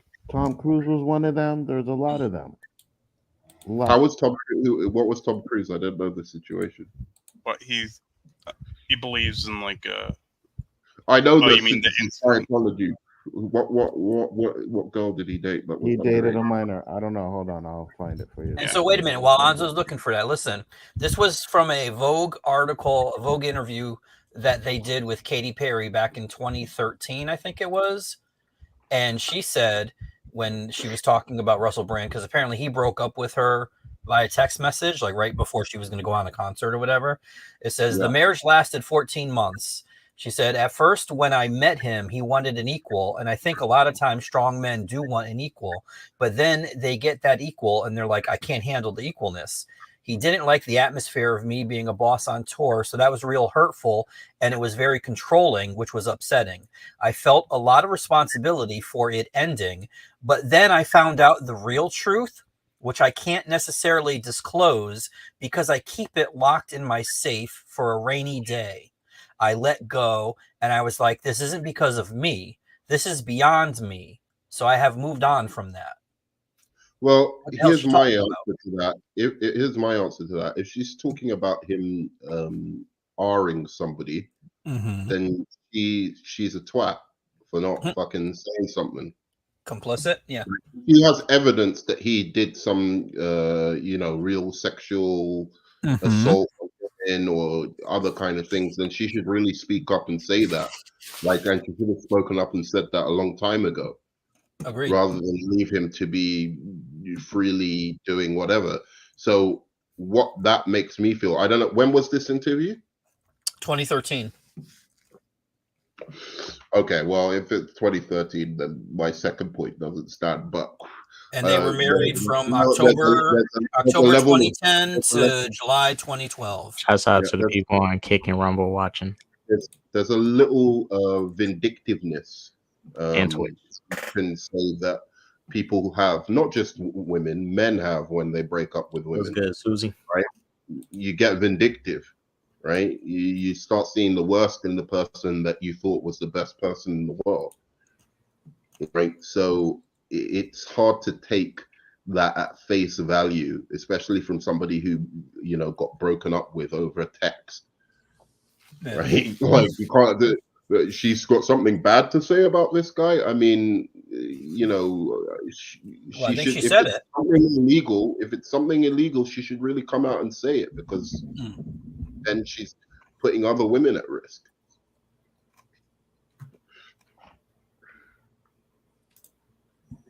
Okay, not to sound like Cole. Nowadays, there's a lot of regular people a lot of people now are archiving encrypted data because they are sure within the next 5 years they can unencrypt it all. Yeah, that's what Katy Perry said. Well, Katy Perry did. She encrypted something apparently about Russell Brand, and everyone's like saying, "Oh, that's like proof against him that he's done something." Oh, like she hid some old pictures and messages and stuff. Information, yeah. I don't know. See, this is what I say. When actors, it's just like with Jonathan, I'm using for example, how these corporations dropped him. That doesn't mean they know if he's guilty or not. They're just doing it to protect their brand, right? They don't know. Well, we've seen it just recently with somebody as well. You remember that, K-Dots? He's talking about, our old friend. Huh? He's talking about our old friend. Our old friend. I got a lot of old friends. Put it in private chat. Yeah, I don't know what you mean. I'm talking about, who in the celebrity world who... Oh, I thought you were talking about this dude. Oh, what? Oh, no, but you could use that for an example too. But yeah, but also, yeah, but no, I mean, Onzo knows who I'm talking about. But I'm saying like his team there also dropped him, which was pretty stupid. But either way, that means proves doesn't mean they're guilty. It just want to, as you said, K-Dots. They're just protecting the Well, brand and just I getting away from want to you. put on the record, Now, by the way. it I could don't. be a sign if they if the corporations knew they were guilty from jump and it was like, all right, let's go ahead and drop them, and then it gets revealed after through some digging and investigating that Microsoft knew Phil Spencer, who's the leader of Xbox, was guilty of this crime. They just went ahead and dropped him, and these files and stuff data comes out showing they had evidence and knew what was going on, right? But you would only know that until they actually reveal that. So going off of these people getting dropped so early, I wouldn't take that as cold hard facts. As people, just like in real life, somebody might distance themselves from somebody that they find out, oh shoot, you got a murder charge, you killed like 10 people, and you have their bodies in your closet. All right, I'm gonna stay away from you for a bit. I'm gonna wait. No, but Right.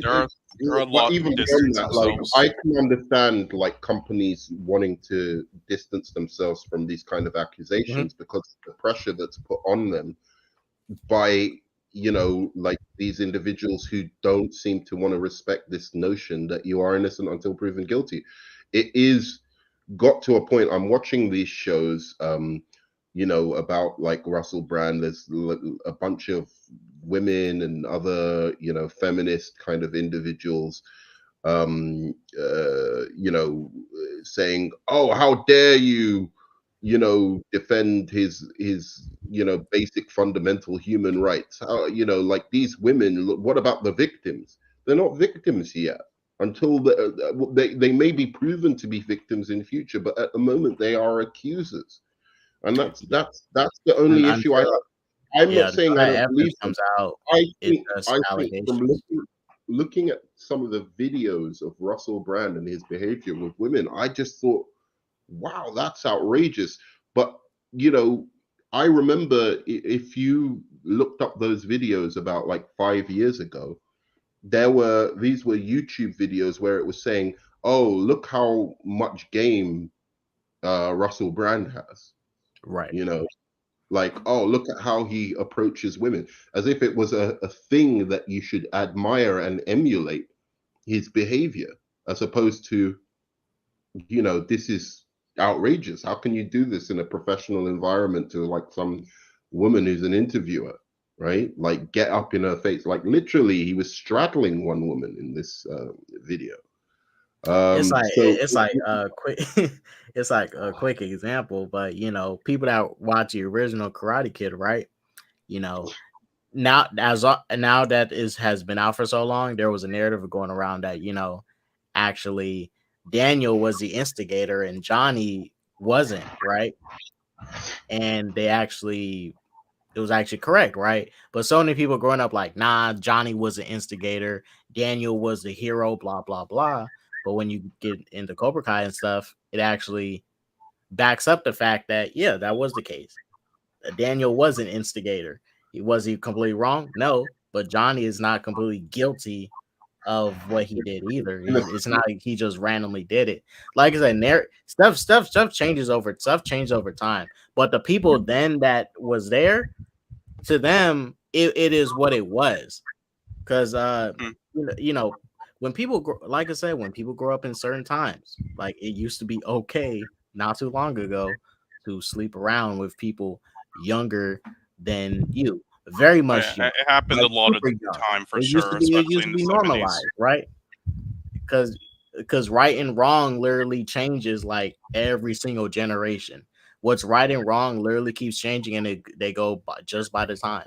And when we find new information on things, when we find new information through science and all that, the what's right and wrong starts to change due to us discovering more and figuring things out. So a lot of stuff can get real subjective. to a certain And extent. to an extent, I understand these women, and I understand like why feminists these days are so hard line on this stuff.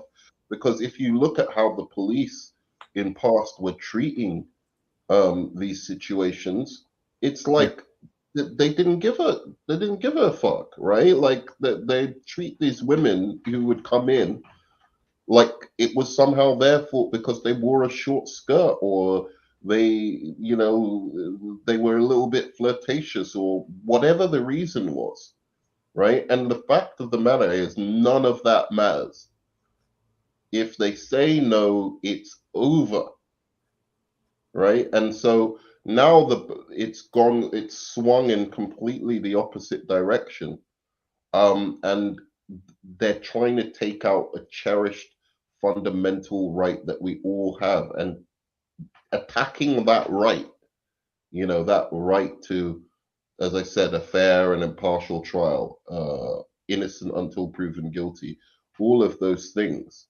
Attacking those rights is an attack on everyone.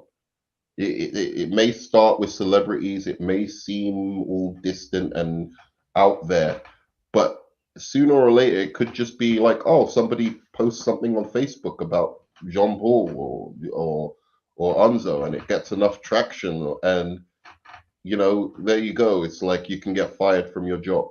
In fact, it's even happening in universities already. Like somebody will accuse somebody of something in a university, sexual impropriety, something like that, and they can immediately get expelled. So it's not as foreign and distant as people like to think. Yeah, I can't find the shit fucking Tom Cruise though. America's still yeah. But America's I still do allowed. find, well, we all know about Elvis, Jerry Seinfeld's on the list. You know what I mean? Jerry Seinfeld? I don't know about Jerry Seinfeld. Jerry Seinfeld was 38 when he was dating a 17-year-old. Now, see, that was legal in the state. Like, it was like Shoshana or something like that, I think was her name. Okay. No, I thought that with 16 or 17, though, I thought it's just like with other people around that age, not like older people like that. But even though legal, if it is, I don't know what state it is, they're just talking about who dated, younger women. You're 38. What the hell are you doing with a 17-year-old? I agree, but if it's legal, I'm sorry, that's the end. That's still we don't have a right to. We have a right to judge, and say, hey, that's kind of, it's kind of skeezy, or it's, whatever you want to call it. But the fact of the matter is, in the eyes of the law, yeah, but that's the thing, Nerdman. Not everywhere though, right? So let's say she's not legal, or she's legal in California but not legal in New York. If he ever takes her to New York, he can be charged with that. Oh no, but he can't be charged unless he does the act in New York, right? No. That's how they got R. Kelly. RICO charging. You can't travel across the over states with a minor like that. Yeah. Yeah, it's okay. So he would have to have done something with her in that state for it. No, just crossing the state lines. That's crazy. He doesn't have to sleep with her. They're just crossing state lines. So they got R. Kelly, bro. The RICO charge. They call it trafficking. They called it trafficking of a minor. Well, and look, wait, here. Let me add this in. And I'm speaking from personal experience, and this is just honestly how it is. This is why I don't disagree, and I don't disagree because technically it is legal, right? But to be fair, a lot of people, now this is just me, prime example, right? Now, I was born 99. As I grew up, at the age of 18, you're an adult, and that's when you can, start having sex, all that, and hooking up with other adults, right? That's just how I was wired to think, because that's what the law was, and that's how it is for me. But see, now some people want to change that age to 21. Some people think, oh no, well, it should be, you can consent at 16, 17.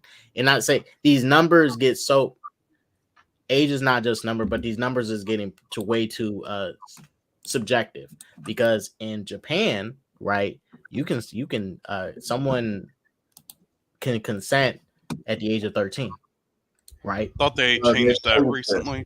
They've What changed it. they up to the 16, but that was the thing. Like someone at 13 can consent, but people growing up in Japan with that law would think that's okay. Here, I don't think it's okay.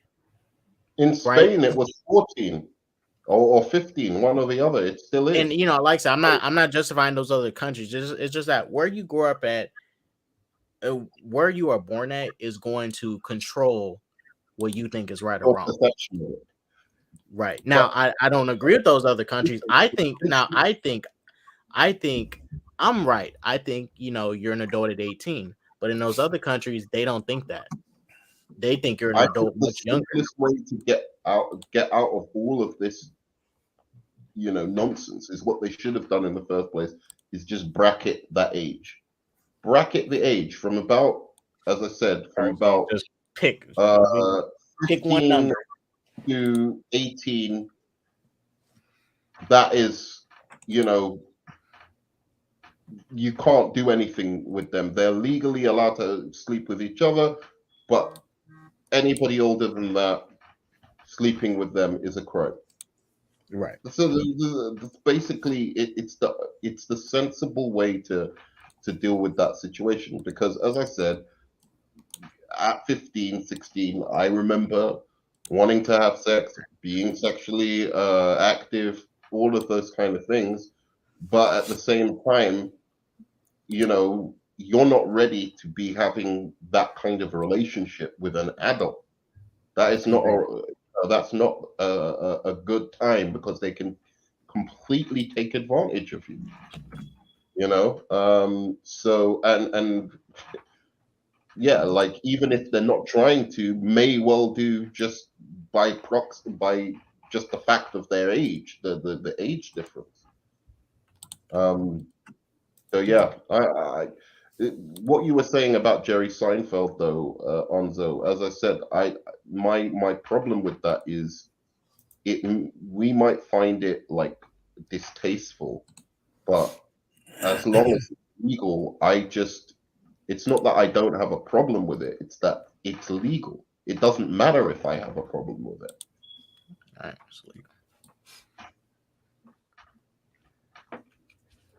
But like I say, guys, I think collectively, and look, science is a big part of it, and I think some of these other countries are some countries are behind, and some people live in old ways and stuff.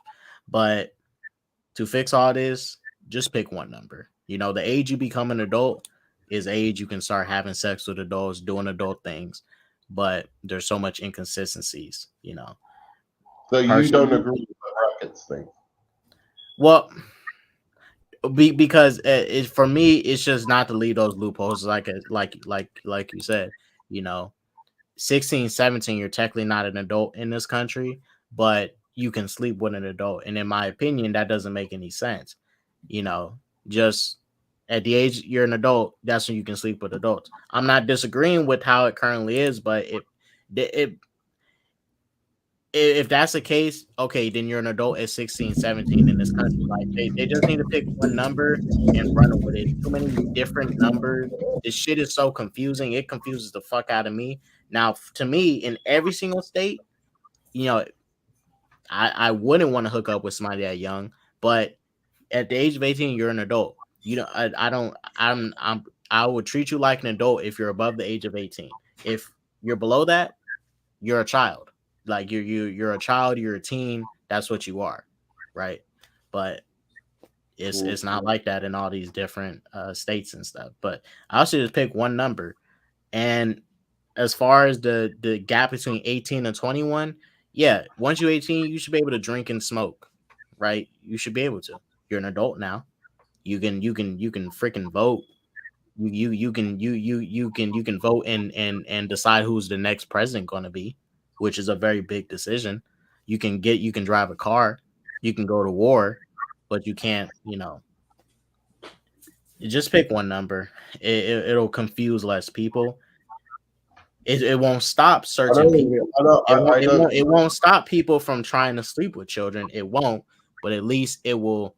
People will take the law more serious. Like, okay, it's direct. It's specific. It's no loopholes. Boom. What is going on? Nice theme. Who was that, Mike? Mike. That's my. Mike, turn off your Spanish show. I'll Just mute mute him. Mute him. Yeah. You can go to war issue. Yeah. You guys, you see how Cole's racism came out? You see how Cole's racism came No, out? I heard some lady. No, I heard some lady in the background who was like talking Spanish or something. Yeah, sure. You want to turn off Abuela show? Oh Lord, why do we put up with this guy, guys? Why do we do it? But I hear on social media that people complain about. Oh, okay. Now, Brian, this is where I disagree. This is where I heavily disagree with a lot of people, and this is why I say some of these people, some people think, once your brain fully develops at the age of 25, you're an adult. Some people think you're an adult at 21. I remember people was getting mad at Leonardo DiCaprio because he was dating a woman in her 20s. They was calling him a pedo, all that. I'm like, what the fuck? That's an adult. You past the age of 20, you are definitely an adult. Even if you're not 21. If Leonardo DiCaprio wants to date a 22-year-old girl or a girl that's 20, fine by me. He's not a pedophile. Do I think he's weird? Not really. No, I don't think he's weird. I mean, if you want to date someone young, that's just the nature of men anyways. They want to date younger, and a lot of women want to date someone older. They want to date older men. That's just facts. Sure, in a way, but it's the truth. I'm talking about younger in terms of adult young, not like child young. I kind of like, I remember in my 20s to 30s, like dating older women, to be honest. But in any case, people need to realize there's a difference between pedophilia and ephebophilia. Pedophilia is prepubescent, when you are attracted and pursue in some way prepubescent people, kids, right? Ephebophilia is where you're attracted to like people who are pubescent but are very, very young. So something between the ages of 19 to, say like, it could be 13 or 14 or something like that, when basically you hit puberty, right? So there's a difference between that. I'm not saying that ephebophilia is something that is good or whatever, but calling somebody a pedophile because they're attracted to younger girls who are pubescent, it might just be that they're attracted to that individual girl, right? As opposed to an overall attraction. Whereas pedophilia, usually it's because you've got a sexual attraction to that, underage people, right? Do you see what I'm, not underage, but like people who are prepubescent, basically. Whereas, you might see like a bunch of people who are around the age of 18 or even 17 or something like that, and just find them attractive like you would find an older woman attractive, because they've matured physically in that way. And there's a huge difference between that. Yeah, literally. And look, there's a genre, and there's not a genre, but there's a specific type of character created in a lot of animes and stuff called lolicons. They're basically little girls. They're basically little girls they're girls that look like little girls, but then they do some shit like, oh, this girl's like 1,000 years old. She's some ancient mystical being, blah, blah, blah, right? Sure, that's what they do in games as well. Yeah, and sometimes it's some stuff. I'm not saying a lot of it. And there's a lot of it's almost normal, right? In those communities. Like it's normal. It's not as it is not as scrutinized enough as like real world pedophilia when it's pretty much the same thing. Like, yeah, you're not you know, you're not sleeping with real children, but you have this weird attraction to animated looking children. It's fictional, but they're literally drawn as children and you're attracted to it. It's very weird. A lot of people, and it's a lot of them. It's a lot. It's a lot of them. It's a freaking community. Yeah, that's sick, in my opinion. Yeah. But see, it's so normalized. That's why, especially on Twitter, right?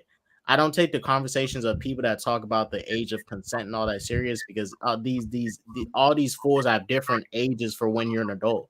And this is why I just say all these countries and the US need to make it a collective number on when you become an adult, whether it be 18 or 21. Y'all need to pick one. They could put like something like the UN. Obviously, England wouldn't be part of that now, but they have certain workers' rights that you need to have to join the UN. So you could push an age of sexual consent as well. But as I said, I still think, because they say 21 or something like that, or they said 18. Yeah. Right. And then, a 17-year-old sleeps with a 16-year-old. That 17-year-old can still be like, as the older person, brought charges against them for having done that. And that's ridiculous to me. Oh, yeah. And I agree. That's why I think it's wrong. Because even people. That's why I'm saying. That's why I gave an example earlier where I seen this happen for. Some people called a 19-year-old that was dating an 18-year-old a pedophile.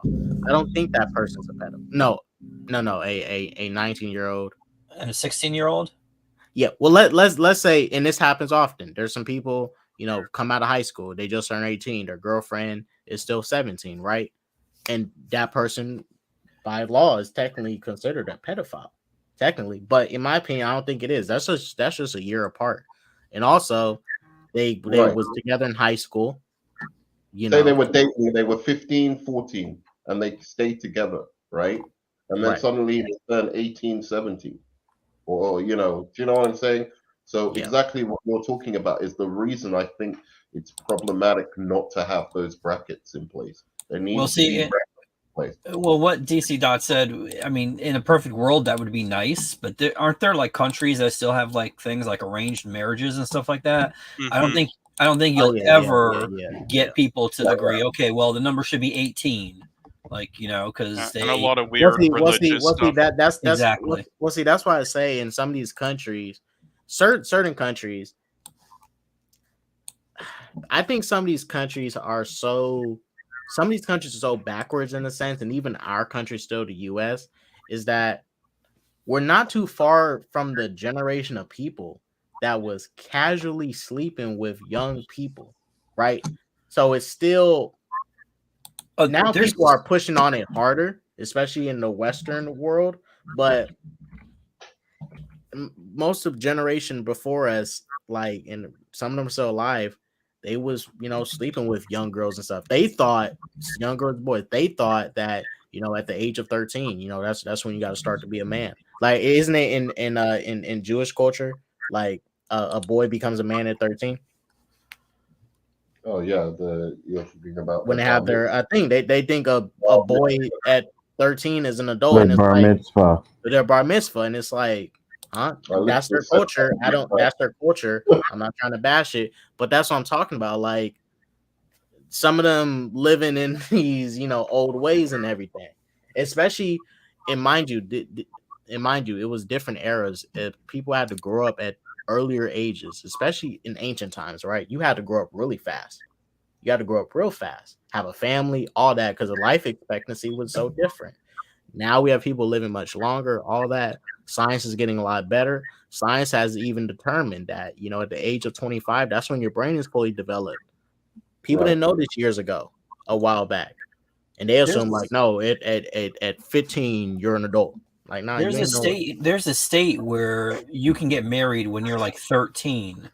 And I know like the politicians were complaining about that because some of the conservatives were trying to uphold that law. And it's like 13 is ridiculously too low to get married. Yes. But I'm trying to find out which state it was. Dude, you can't even buy a house at the age of 13. You get married.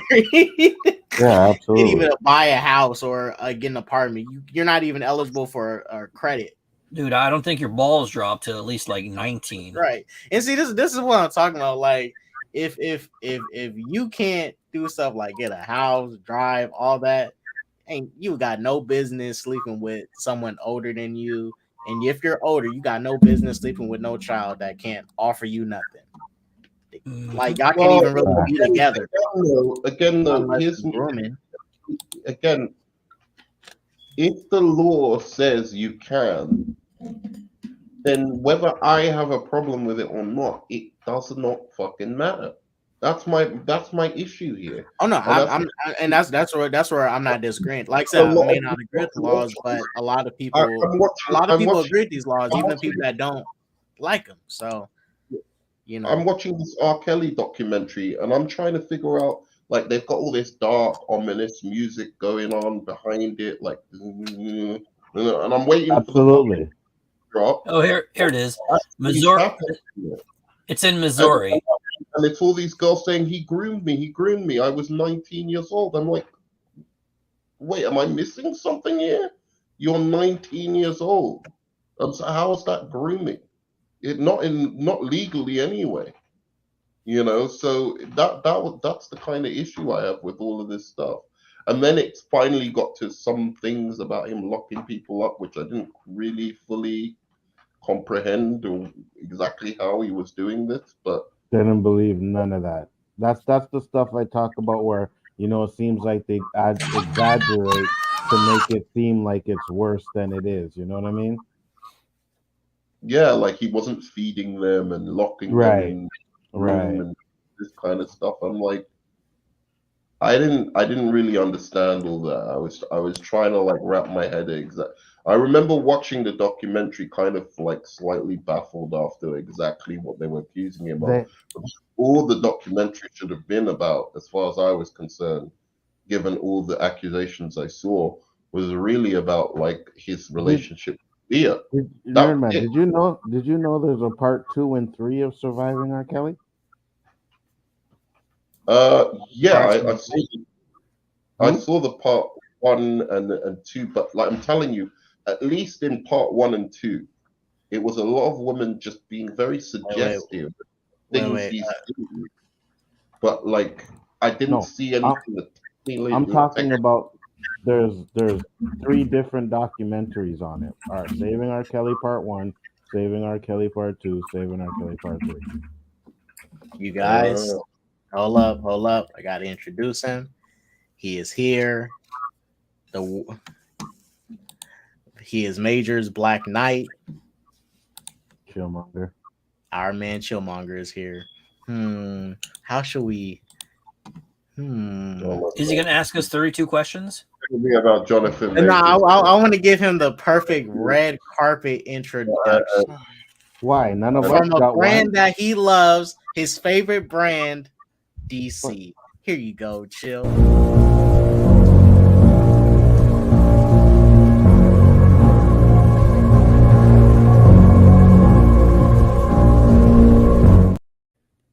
Okay, I'm actually glad I didn't get an introduction. That is ridiculous. That's garbage. DC fan Chillmonger here. Yep, it's good. Chill. One of the worst movies ever created. All right, let's get back to Russell Brand. All right, let's not hear no Batman slander up in my stream. I'll not allow that shit. I can see how when I hopped in, it was an R. Kelly conversation, sort of the same territory of news. Did you guys cover Bill Cosby and what got that started? Like when you disrupt this flow of the system, they come to get you. So that's what I said. Thank you, Anzo. That's exactly what I said. Well, like, we're kind of it's in the conversation, so I y'all said, can kind of talk yeah, about whatever. I said, whenever they're done with you, it's like, oh, okay, now we can get you.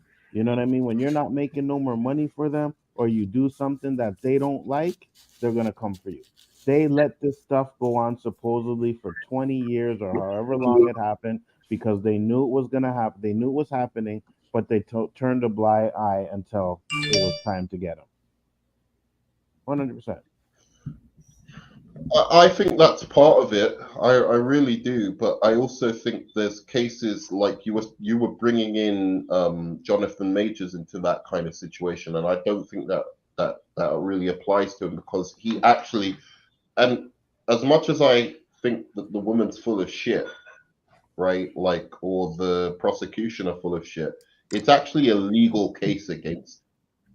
It's not, journalists have certainly picked up on it, but it's an actual legal proceeding is happening against him, as opposed to Russell journalists doing an expose, right? And just on the basis of journalists did do an expose on him. What are you talking about? They did. Dude, it just wasn't in video form, but they did an expose on him. They tried to trash him in many articles. Chill does a video where he shows all the articles they did trying to trash him. Dude, we could go behind closed doors, right? Like off stream, all talk together and come up with, manufacture some story about how every time Chillmonger comes on the show or every time he's off stream, he shows us his dick. It's like, and then just saying, like, and just put that what your infatuation with people's penises, bro. Thing to do that you just oh, someone does this. So, when we accuse them of all this shit that we weren't even there to see, like these journalists weren't there to actually see this, and then just on the basis of that, the guys, take off. The journalists weren't there to see what happened to John Majors either. Here's the thing: would the companies, the BBC or whatever it is, whatever companies did the documentaries that you saw, Nerdman, would they be dumb enough to say something that they don't like? Wouldn't, if the allegations weren't true, wouldn't Russell Brand be able to sue them for libel? Oh, sure, but they still do it. They did it against Michael Jackson. They didn't give a fuck. Saving Neverland, Channel 4. They didn't give a fuck. Well, but unfortunately he's dead, so he can't do anything and I don't know what his estate did to prove that those idiots were lying. Johnny Depp tried to sue them for slandering him, and the media won that one. It's going to be really hard to unprove something. It's hard to prove that he did these things, also hard to unprove. As long as they go allegedly, as long as they say words like allegedly, and this is, we reached out to Russell for comment, but he didn't want to comment. As long as they do their due diligence in terms of reporting it, then how long was the show? It's hard to actually sue them for slander. They've got freedom of speech. This is what I was talking about in the reparations thing. Wait, they got freedom of speech over there? Same rights as individuals, except what freedom of speech means to me and you is a completely different thing to a multi-billion-dollar corporation. So it's the power level that they have to enact freedom of speech is far greater than what we were thinking of when we had those rights. So wait, were the women on this special, were they American or were they British? They were British, according to the actors who played them. The majority okay, so where are when everything goes to trial and all that, where is that going to be? I don't know if there's going to be a trial. Nothing's been stated about there being any kind of trial. The police have said, please come forward if any of this is, if if you've got an accusation, come forward so that we can investigate it, because there's no statute of limitation when it comes to sexual assault in the UK. However, nobody so far seems to be pursuing, criminal action against him, which makes it even worse. Yeah. That's weird. That's why I'm saying it's becoming a new form of McCarthyism. And well, but it's almost like they know what to do. I mean, by meaning the people that initiated all of this, because the court of public opinion and all that, because you got people out here saying, oh no, he's innocent, I know he didn't do it. Like, well, how do you know he didn't do it? And then there's people out there saying he did it, and it's like, well, how do you know he did? Right It's like this is more situations designed to keep us at each other's throats, depending on our belief system, or especially because the way people are looking into the government and all that stuff nowadays, and his stance with what he was doing on his channels. You mean it's like it's like with the oh good, I'm sorry. He would talk about the virus and that we should be questioning if it leaked out of a lab, and then he would point at all the pharmaceutical companies who, like, if the research for, I think it was Moderna, but one of them was American, right? Moderna might have been the one. The research that Moderna had was paid for by the tax. Mike? Or Pfizer. Okay. I think Pfizer's foreign. I think they're German. Is it? Yeah. So yeah, Pfizer is probably German. It's a German name anyway. They would be paid by American taxpayer dollars. But when it came to the product being used, it was sold. It was for profit. That's not okay. Like Russell Brand would point this out. He'd be on Bill Maher, and there's clips of him saying these things Bill was like, okay, all right, like trying to cut this guy off because he's speaking too much truth and exposing. And this isn't like tribalistic right wing, left wing stuff. It's kind of stuff everybody could agree on. But he's been dedicating the last 2-3 years on exposing that kind of stuff. Yeah, exactly. And that's what I'm saying. And the guy, I don't agree with everything he has to say. I agree with some of what he has to say. I think he's clearly a very intelligent guy, a very lucid guy, and whatever. And this isn't a defense of him. I'm just saying, like, this is what he appears to be to me. And he comes across on his channel, if not knowledgeable, but very eloquent, right? So I've always kind of like, I think, he's a relatively cool guy. But that does not affect my opinion one single iota as to how I approach when, the media, decide that they're going to go after someone. Because as you're saying, there is suspicion to believe that they're going after him because he's been saying all these things. But there is also suspicion for me, which I think is more likely than the more conspiratorial thing. I think that's definitely part of it.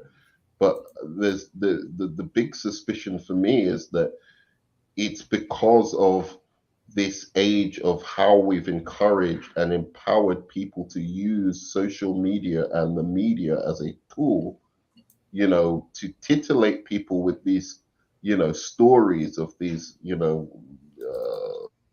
abusive men behind, these exposés on these guys, and a bunch of feminists who are angry, maybe for right reasons, because of how they've been treated in past, are taking this moment to go after those who have offended their sensibilities in some ways. And there are a lot of those guys in journalism. A lot of those guys grew up 70s, 80s, feminist movements, blah, blah, blah. A lot of them growing up in the universities now, preaching these kind of feminist kind of ideas. I have not got a problem with those feminist ideas. Don't get me wrong. But when it encroaches on people's rights, that's where I start to have a problem. When did Me Too start? 16? 2016. 2016, and it did a lot of good, like with the Harvey Weinstein stuff. When that Ghostbusters movie came out, man, that was such a pivotal year in history. When Ghostbusters came out, Me Too came out. Damn.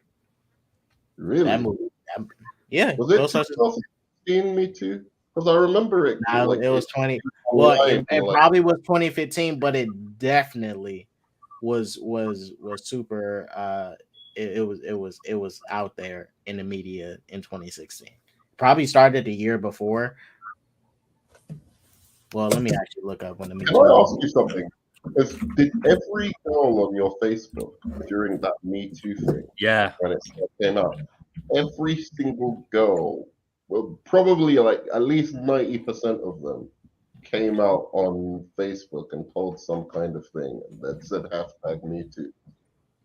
See, I just saw everyone say the word "me too," and I didn't know anything about Hollywood or who started it. But I was after like a couple of them, I'm like, "What's going on? What's happening?" And I read one, and it was a story of I was at a place at a time, and it was uncomfortable, and I had to get out of there. Me too, and so all women are saying me, and I believed it right away. I wasn't going like, "Nah, not you. Oh, surely you would, and you're too big." Like I never had those thoughts. I was just like, "Yeah, that makes sense. Women go through this."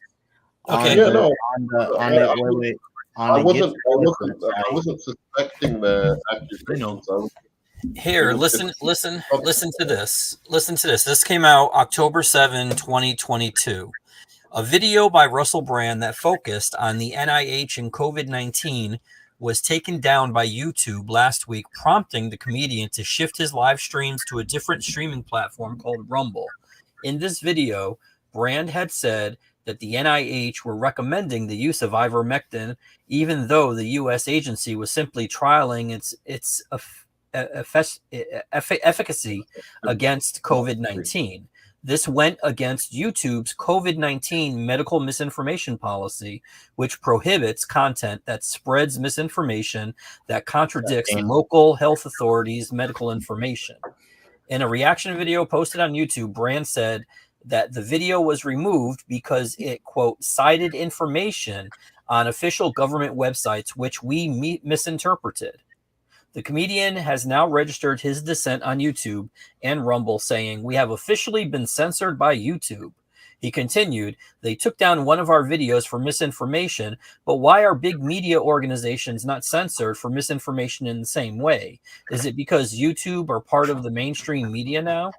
Brand had issued an apology on YouTube for the video, but later took the apology video down, saying in a YouTube short that it was deleted to mirror YouTube's decision, and he wanted to avoid any risk of accidentally repeating the claim about NIH again. Exactly. What NIH, by the way? Because hold on, there's one more sentence.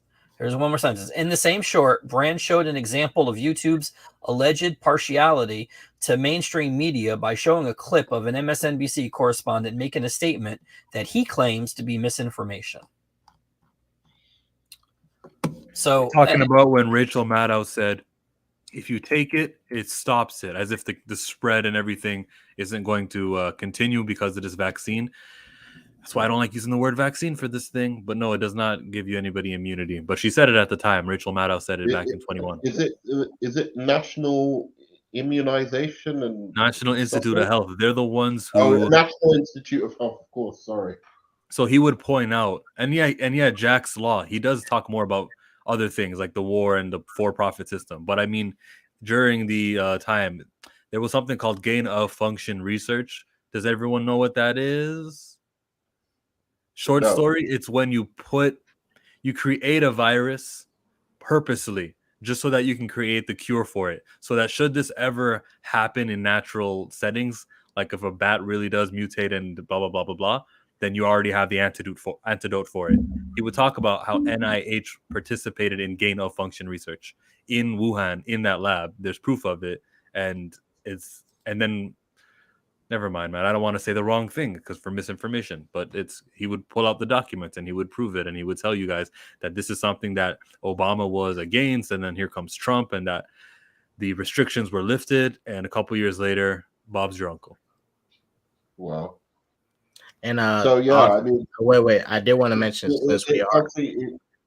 But Onzo, what do you make of that? Do you think that that's the reason that there is this assault on him, because like the left felt like betrayed by him somehow? Like, by saying this. I don't even know about saying betrayed. It's just like I said, if you go against the narrative, you go against what they want, they're gonna get you. It's just that simple. And I think they also set people up to get got. You know what I mean? Because they know who people are, right? Don't think Hollywood doesn't do these exclusive checks on you, find out what you like, what you do, this and that. Because sooner or later, they know they may have to get you. And if they do, they'll always have information on you. The Look, Denzel Washington folders. here's the thing. If you're on the verge of becoming a celebrity, just find a nice woman and just stay with her because They're still gonna try and dig up your past, bro. Nah. Look, if you're gonna be a celebrity, get you a woman that's in your bracket. Don't date someone don't get with someone who's not within your circle. yeah, I wouldn't even do that, bro. Me neither. Like honestly, like this is because Russell Brand, as much as I'm like, I feel one way or the other about him, I can't help but feel like he brought this on himself. Like the things he was doing. I mean, with the video you showed me, I mean, I wouldn't be shocked.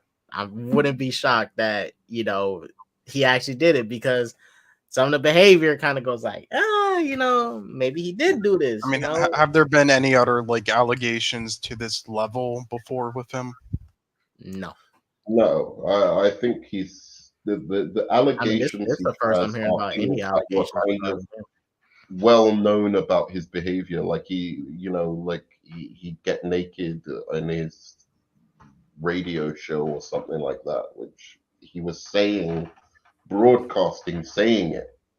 He's getting naked in front of this, chick or whatever. I don't know. It's weird stuff. And in the end of the day, I didn't know about that until these recent allegations because I didn't follow him on his radio show and stuff like that. But he was a kind of shock jock, before he kind of, but he cleaned, whatever you want to call it. That doesn't make it okay that he did those things in past, but apparently he accepted that he has like some kind of sex addiction or whatever and drug addiction, and he went to rehab and he sorted out of his life, and he's rebranded himself, no pun intended, in recent times as what he is now, but he always had that sense of like being political as well as being shocking as well.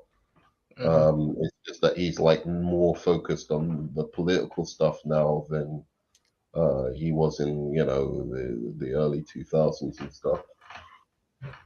All right, real quick, let me get to these comments real quick.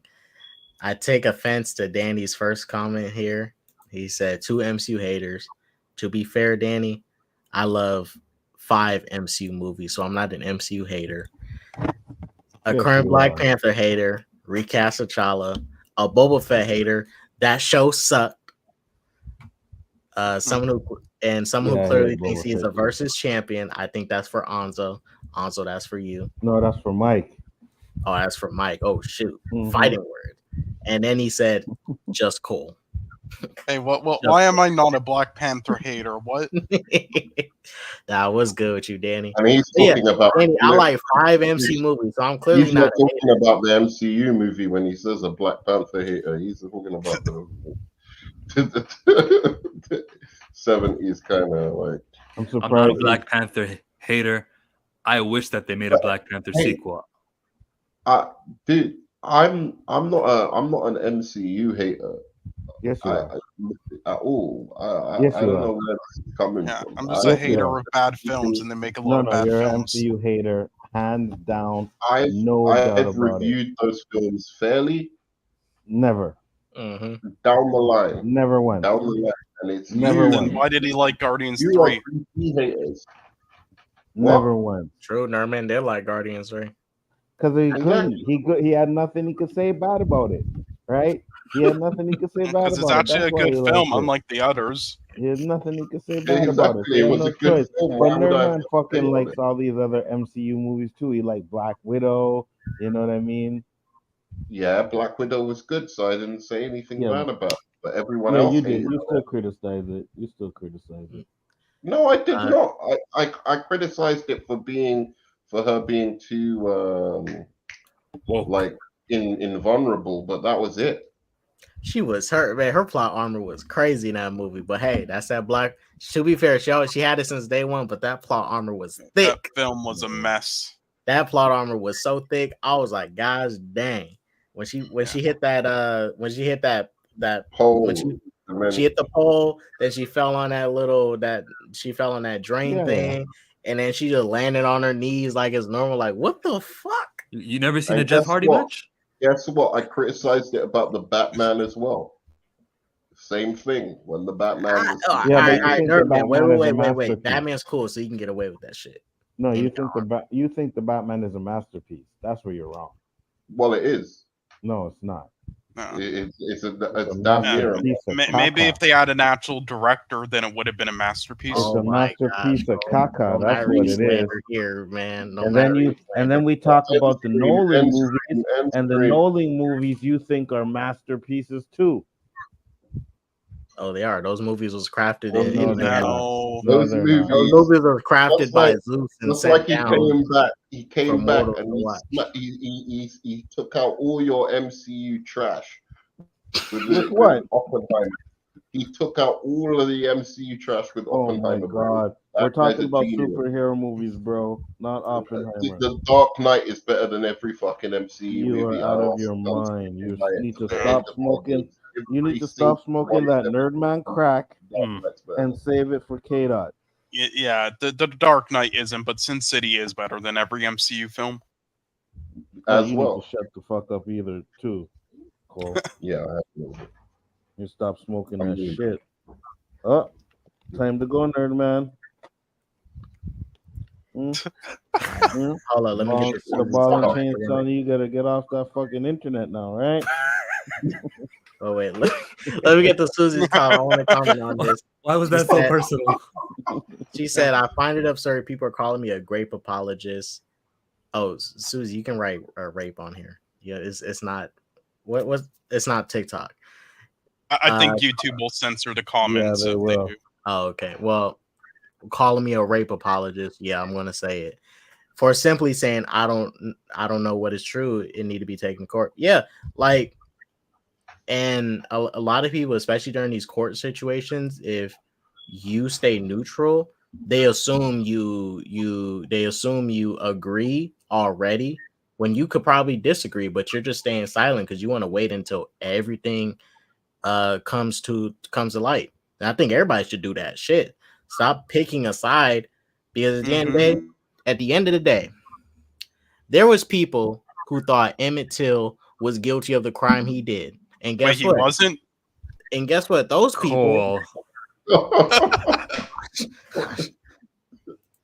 as I was saying, but there were some people thought he was guilty. Those people look dumb as fuck. I mean, they was dumb as fuck. They was racist, but like they really from jump, assumed this kid was guilty, and look what they did.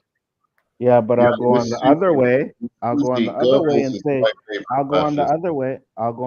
and say that when video comes out showing no bruises or a broken finger, you have no choice but to say there's innocence there.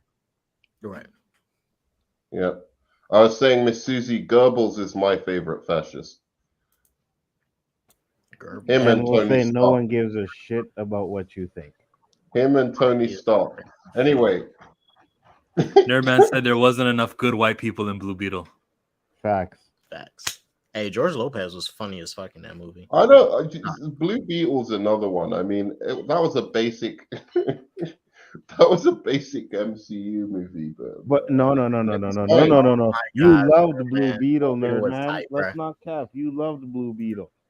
I didn't love it. No, he didn't hate it. I was shocked. I was shocked he didn't hate it. I was waiting for him to hate it. Yes, you did. He liked it. He didn't love it, but he liked it. Blue Beetle was great. I loved it. I loved the story. No. I was just like saying it's once again. It's like this. If this was an MCU movie, it'd be like, maybe nowadays they told the truth. But if that was an MCU movie, like You would about have 5 hated it. everyone would be going, "Oh my god, the MCU's done it again! Look, this time they've You would have done hated this." it. No. If it was an MCU movie, you would have hated Come it. on, bro. If it was an that's MCU movie, you would have hated it. No, I wouldn't. I mean, Blue Yes, Beetle you is would. better than Blue Yes, Beetle you is would better have. than most MCU movies, regardless. So Blue Beetle's better than Thor 1. It's better than it's about as I'd say the same it's as better Captain than Iron America. Man 2, Iron Man 3, Cap 1, Ant-Man 2, Ant-Man 3. It's better Ant-Man than 1. hell. I'll watch that over Civil It's War. better I like than the Civil whole War. Spider-Man trilogy. It's better Facts. than every single one of Facts. that Spider-Man trilogy in What? the MCU. Including No Way Home? Yes. Say it, nerd man. No Say Way it. Home. You're stupid. You're stupid. I'm not being He's stupid. right though. He's you're not even stupid. wrong. No, you guys are stupid. Wait. So just because our movie doesn't have Toby and Andrew, You guys are stupid. wow. All right, if Toby and Andrew wasn't Blue Beetle, you guys are stupid. Stupid. Why is that? You don't stupid? even believe that shit. Constructed I do movie. believe it. Movies. I didn't love it. I'm telling you, I would give it about a 63%. I think you gave it higher than that. 63%. Yeah. No. Okay, I'll say the write-in. No, Cole. No, the writing and such is better in Blue Beetle, but everything else, like the acting and filmmaking and overall film, is better in No Way Home. It is. Exactly. No Way Home is garbage because of the writing, but everything else is better than Blue Beetle in it. Is a movie more than I'll writing? agree Yes. with you on that. The writing is better and directing's on par. It's just a stupid superhero movie. It's a generic stupid superhero movie, but that's fine, My whole thing has always been about the hypocrisy of how people put up MCU movies. I'm not saying they're bad movies. I'm just saying they're average movies. They're not great movies like people make out. That's all I've been saying. How the fuck do you That's get into true. all these anyway? That's not hating. That's just saying what they No, are. you're a hater. We know that. Don't even try and front, nerd man. Their You're an musical MCU scores are not You're good. an Their MCU villains hater. aren't good. Stop denying it. We Come on, know, bro. We know. MCU do be lacking with the music. Just They do be own lacking. it. All you gotta do is own it. K-Dot owns it. K-Dot owns it. Just own it. Just own your stuff, nerd man. Just own it. You stick up for Ant-Man Quantumania. That's all. Just own it. Just Look, own it, nerd all man. right. We gotta at least be honest about one thing. At least one thing for sure, as far as Marvel goes. They have not had an iconic Spider-Man theme since the Tobey movies. Andrew, Tom, they have no iconic Spider-Man. No. They don't have any iconic things like Batman or Superman right now, as far as movies go. And don't stop there. They never had an iconic theme. Toby does. No. I mean MCU. They never had an iconic theme. They never have. Even Andrew, like it was just. Yeah, no. The closest one was Incredible Hulk theme over and over. What? So Captain America's theme isn't iconic? What's his theme? It's fine. It wasn't that. No. Iron Man's theme ain't. What do you mean Cap has? Yes, he does. No, he does, but like it's not a song. It's not a theme I remember. That Avengers theme isn't. The Avengers theme is for sure. The Avengers theme is okay. It's not great. It's okay. No, it's definitely an iconic thing. Yeah, because of all the movies and the popularity, the score itself isn't. Like the closest would be the Incredible Hulk score. It was okay. Yeah, the Incredible Hulk was okay. The movie was terrible, but that movie was not terrible. Stop your noise.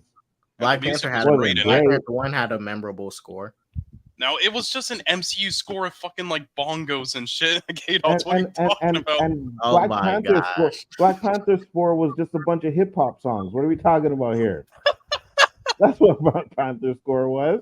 Hey, I love Black Panther. I never understood why did it get an Oscar nomination? The score. No, it won the Oscar for score. It's hilarious. It had the best album of the MCU. It had the best album of the MCU. That's fact. No, it did.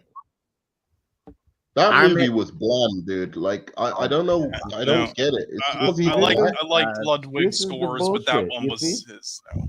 See, Nervin, I was with you, man, and then you just had to go and say that shit. Come on, man. No, dude. Let's be honest. It's because he's black. No, it's not just because he's black. You see? I understand it, bro. All right, Killmonger was all right. I'll give you that. He was all right, but the movie's bland, dude. You see that shit? Look, where is Chill? Nervin, can you at least agree it's better than Wakanda Forever? Yeah. Okay. That was one of the worst films ever. Of course wow. it is. I believe Nerdman at one point said Wakanda Forever was better than the original Black Panther. I never said that. I never said that. I believe he said that sometime. Not once. Yeah, I think he said that. Better at exploiting. I was trying to spin that narrative. I'm saying I didn't say it, and he's just describing shit. Because I know you lie though. You lie though. No, I don't lie. Chill, did you hear the stuff? I didn't even. I wasn't even able to get through that. Did you hear the stuff he was saying about Black Panther? Yeah, it's ridiculous. Okay, that's all I want to know. He's definitely not on code. He doesn't have any integrity either. Black card revoked. Wait a second. I agree with WZ. Killmonger, don't get it twisted with what I'm saying. I'm just saying it's a little bland. I don't think it's bad. I think it's a little bland. That's all I hear right now is Jonathan Majors is guilty. Emmett Till did it. That's all I'm hearing. Facts. Words. 100%. All lives matter. That's all I'm hearing right now. Facts. I'll give you this. It's one of the better MCU movies. K-Dots, will you accept that from me? And that part, was I have a black friend. Wait, which one? Black Panther is one of the better MCU movies, but definitely that, top 10. I'd say top 5. Black Panther 1. Yeah, man. Top 5 of the MCU.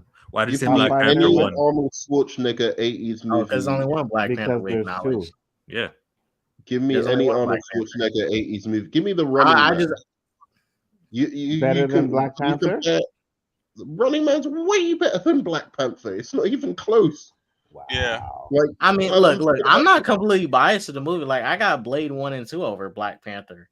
Well, Black Panther's up there. It's up there. For God's sake. Say that from the rooftops, baby. Come on, bro. I was literally just watching Blade 2 like 2 hours earlier before this stream. Wow. Good ass movie. Entertaining. Chill, Blade 2 is better than Black Panther? No. All I hear right now is I voted for Obama twice. For real. Wait. Chill. Wait, chill. You don't think Blade 2 is better than Black Panther 1? Yeah. Black Panther is better. How many times have you seen Blade 2? Maybe once in my life fully. To be fair, I don't know. You need to rewatch Peak Cinema again. You only seen Blade 1 is better. Blade 1 is definitely better. I don't know about Toxic Blade Avenger is better. Come on now. Oh, shut up. Yo, get rid of Cole, please. Get him out of here. And what's with your picture, Cole? Huh? Are you projecting something with that picture there in your avatar? I just noticed that's Chaz. You got some eyes for Nerdman, eh? Look at you. You're looking at Nerdman's soul with that picture, bro.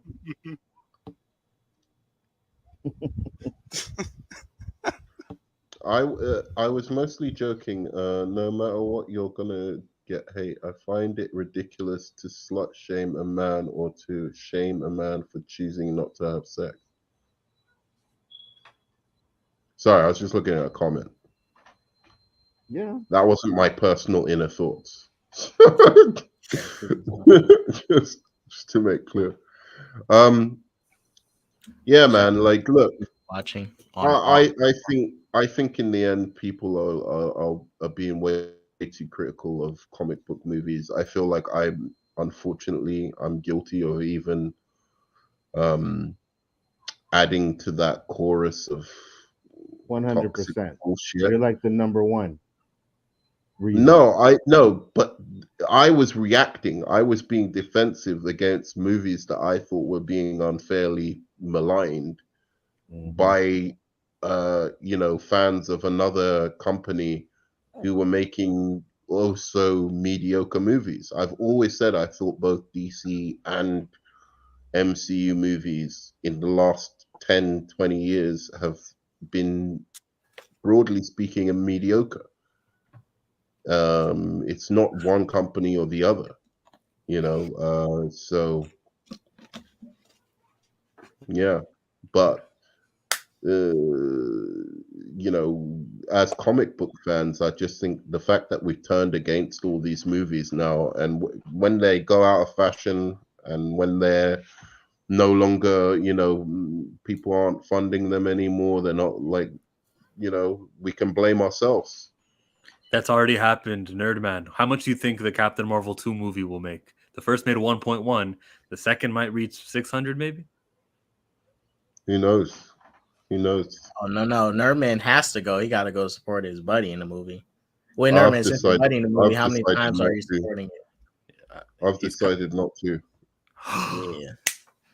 Why? I can't do it. I'm just not watching Captain Marvel again. I can't do it. Look. I don't know. You got to do at least one watch for your. I mean, she's with Tom Hiddleston. You got to like hook her up. She's fine. Pay for man. one ticket. It looks like she's doing fine. I might do. Or Nerdman, she support. She might, put you in. Who knows? I might do in the end, but like, I'm busy at the moment. You know what I'm saying? And especially like the thing is, I feel so fucking fucked off by the Shazam shit, the Shazam Fury of the Gods, that I feel like punishing like any other film, MCU film from now. I agree. I'm with you on it. I mean, specifically the Marvels. You're gonna punish an MCU movie because DC made a garbage movie. Wow. Nah, DC made a solid movie. Wow.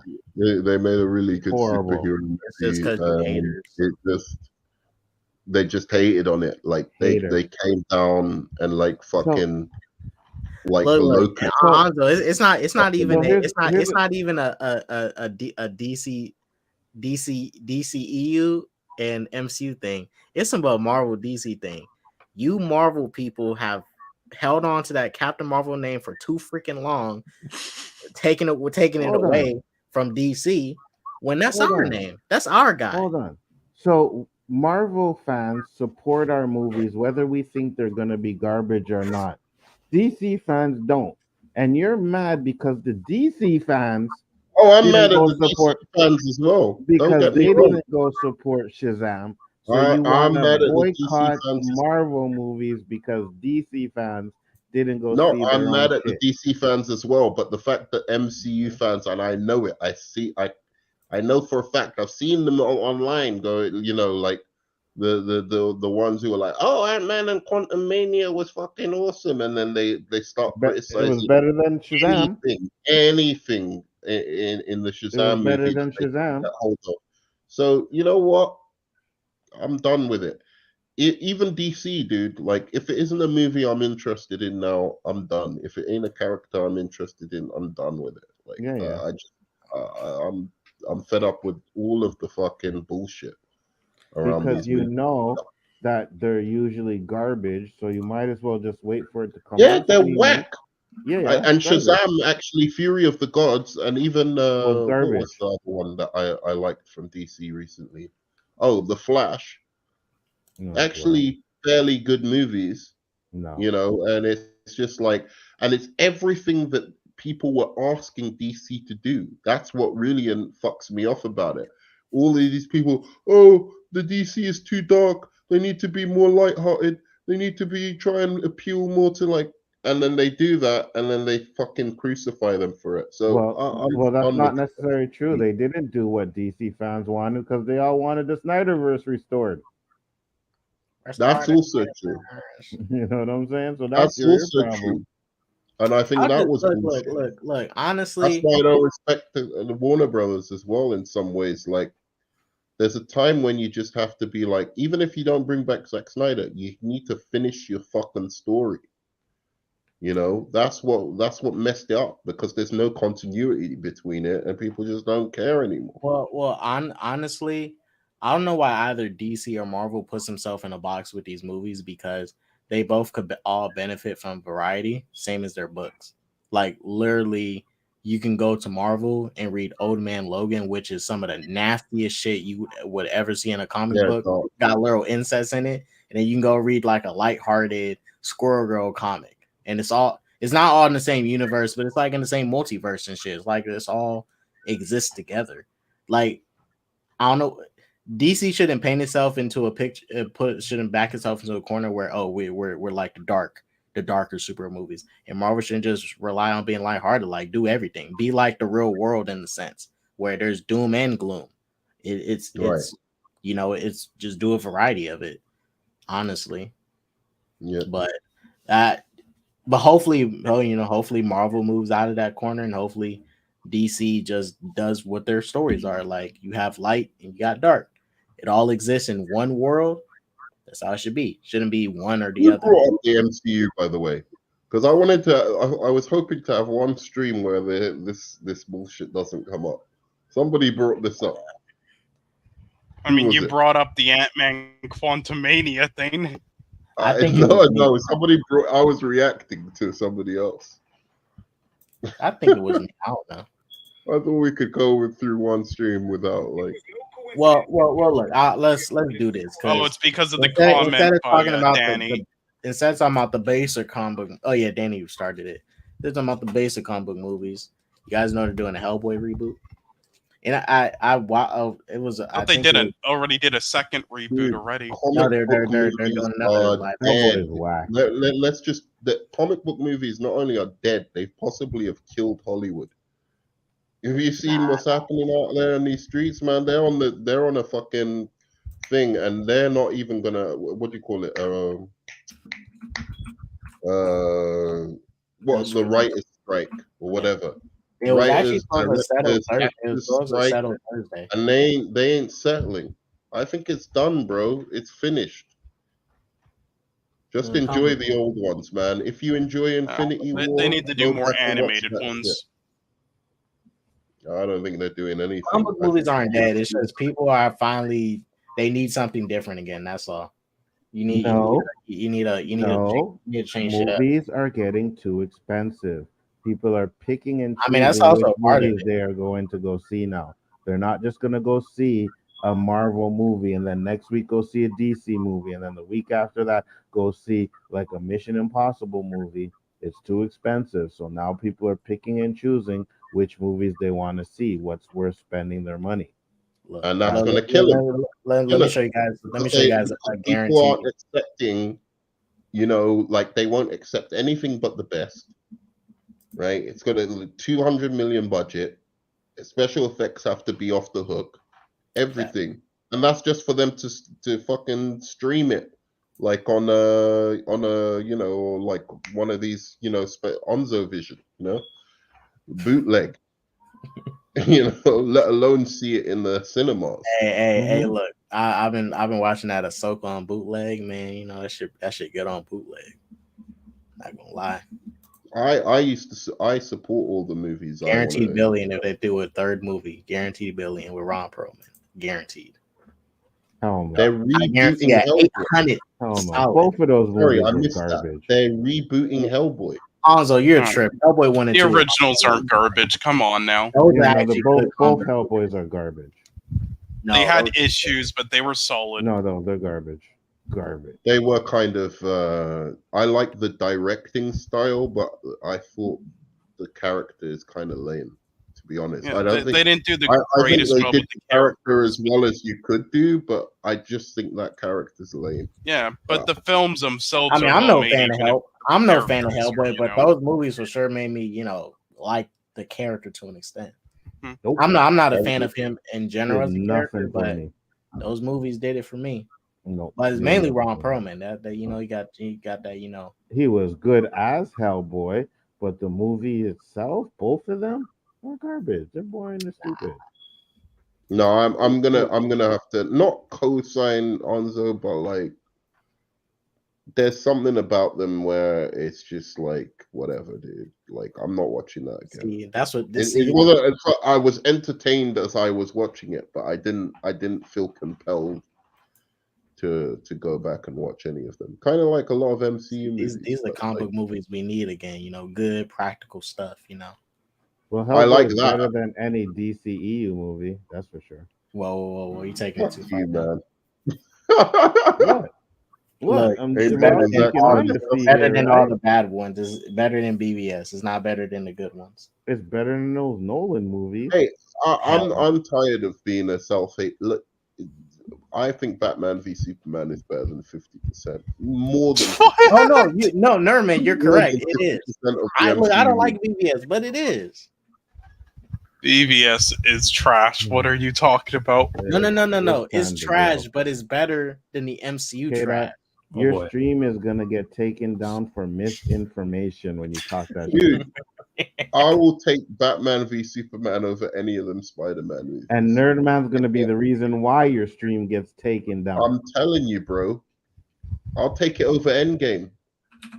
That's facts. Shut I will up. take it over Endgame. No, it's Don't not don't raise your eyebrows at me, No, it's Chuma. not facts. I No, mean, it's not honestly, Take that shit over No, it's not over Endgame any day, man. I'll Like, be honest. There no MCU film isn't even as good as this, and I'm not joking. I'll Well, agree with that's that one. true. Yeah. That's a fact. I'm not even joking. that's This a is fact Yeah, right that's a there. fact. a better Well, it's not even based on comic book, but it's a better superhero movie I than know. half of them It's MCU movies. fantastic. And it's better than I'll every take single Meteor Man. DC movie. I would take Meteor Man over Ant-Man, dude. Both of I them. would Yeah. take All three of them. Ant-Man. I would take Blank Man and Meteor Man over every single DCEU movie. Like every single one of them. See, this is the problem with us, though, because we're ridiculous right now. We No, are those are facts. because the more I know what it is, especially with Alonso, the more you like a movie, the more I have to hate it, and vice versa, and it's just bullshit. Although this is absolutely true. Like, if I remember correctly, I enjoyed this movie more than a lot of MCU movies. I'm not. That's not even a Yes, lie. Meteor Man is better than every DCEU movie. 100%. Now, what about Howard the Duck? Oh, better than I every don't know about DCEU Howard. movie. Howard 100%. is trash. No, I Better don't than know every about Howard the DCE Duck. movie. 100%. Huh? No, You got duck titties in that shit? Yeah, you're damn right. Yeah. Hey, Anzo, would you take a Meteor Man reboot if they did it? Absolutely. But you got to get someone in there good, though. I don't want to seem like no stupid Kevin Hart or some bullshit. Oh yeah, Kevin Hart would ruin that shit. I'll be honest. I would only take the reboot if it's from somebody I was born around that time. So Tyrese. like directing it, like Spike Lee or any of the OG black directors. Spike Lee doing Meteor Man. No, here's the thing. The only thing, anyway, Kevin Hart's too short. But I was gonna say Kevin Hart has done some good movies, like the one with Wesley Snipes, Fatherhood. So he has done those good movies where he's not the same as in his comedy movies. But the problem is this would be a comedy, and they would try and give us that regular Kevin Hart shit that I don't think is good for it. I think they turn it into something like the Green Hornet. Like it's just that was a decent film. 80s. What? No, but this film really worked for the 80s, whereas I don't know if it would work for now. Like that's the problem with it. Yeah. Like the 80s. The biggest problem would be how they're going to approach the comedy. Because I'll be honest with you, look, there's a term. It's the old blacks and the new blacks. I don't want to see none of the new blacks directing this movie. I want to see some old black. Get a new black actor up in here. But it needs to be an old black director. Please not Spike Lee. You know who I would good? Cole, I would take Spike Lee. Stanfield would be good as the Meteor Spike Man. Lee can F off. How about that? Aubrey James is coming out swinging. He says Steel is better than all the MCU. We're ignoring that. I want to talk about Lakeith Stanfield, who is a villain. He's a villain actor. I never want to watch Lakeith. Lakeith. I have to disagree with him. I think Steel is going a bit too far. Hold on, let me hear what you'll say. I want to always watch Lakeith Stanfield playing villains because he's not a good guy actor. He always is the guy who makes my skin curl. Nah, but he's good. He played one coming up where he's a good hero, but what's that movie where he's working as one of those telemarketers? Sorry to bother you. Oh yeah. He's not a villain. That was he's pretty good. He's not a hero exactly, but Mm-hmm. He's You not. know, that's the first movie I walked out of. Right when the horses happened, I walked out. Yeah, that movie was ridiculous. By the way, what would they call a non-binary superhero? Because, like, say, like they Nerd wanted Man. to reboot Meteor Man as non-binary, right? They would call him Nerd Man. Just in reply to But not Audrey, every if you can't call superhero a has man the a word woman, man at the end. Like the Hulk has just a big word, Hulk. so it'd just be Meteor. No, fuck that. Meteor Man. Why the fuck we gotta change that shit for? He's a man. I mean, He got the power of Meteor. binary for as a superhero name. We still get Spider-Man. Why the fuck we can't have Meteor Man? Yeah. No, I'm just asking. I'm not saying like there's anything wrong with it. I'm just saying, like, you might be saying there's something wrong with it. I'm not saying. I'm just curious. Oh, Nerdman, did you read the most recent Black Panther? Because they've got pronouns, but do they have the? Sorry, go on. Did you read Black Panther issue number 4?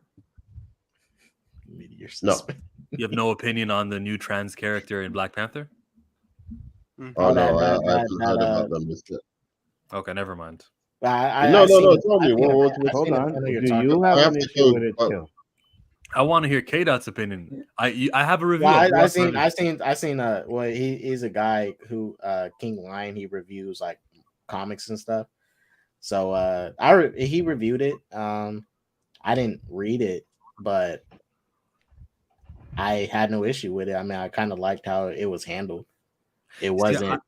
It was like, to me, it didn't feel like it was that territory of too forced. It kind of felt organic, and I liked the way T'Challa kind of interacted with the individual. Like he didn't, like he kind of is like, oh, okay, you know, shit. He didn't act like it was some foreign shit. He kind of like made it seem like, well, it is what it is. You're that cool. My take on it, you see my review of it. I did 2. I did one long form review and one short term form review. It takes a page. A comic is 20 pages long.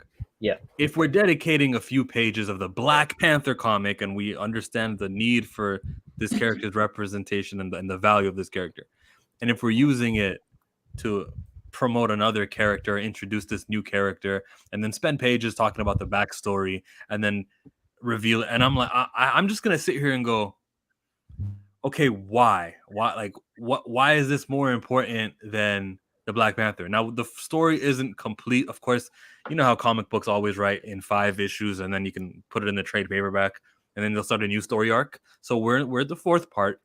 I want to see what they do with the character and how relevant it'll be to T'Challa. Because if it closes out and it's just like a writer just put a trans character for the sake of doing trans community activism, for the sake of normalizing the appearance with no real deep kind of Black Panther related issue, then I'm gonna notice it and I'll call it out.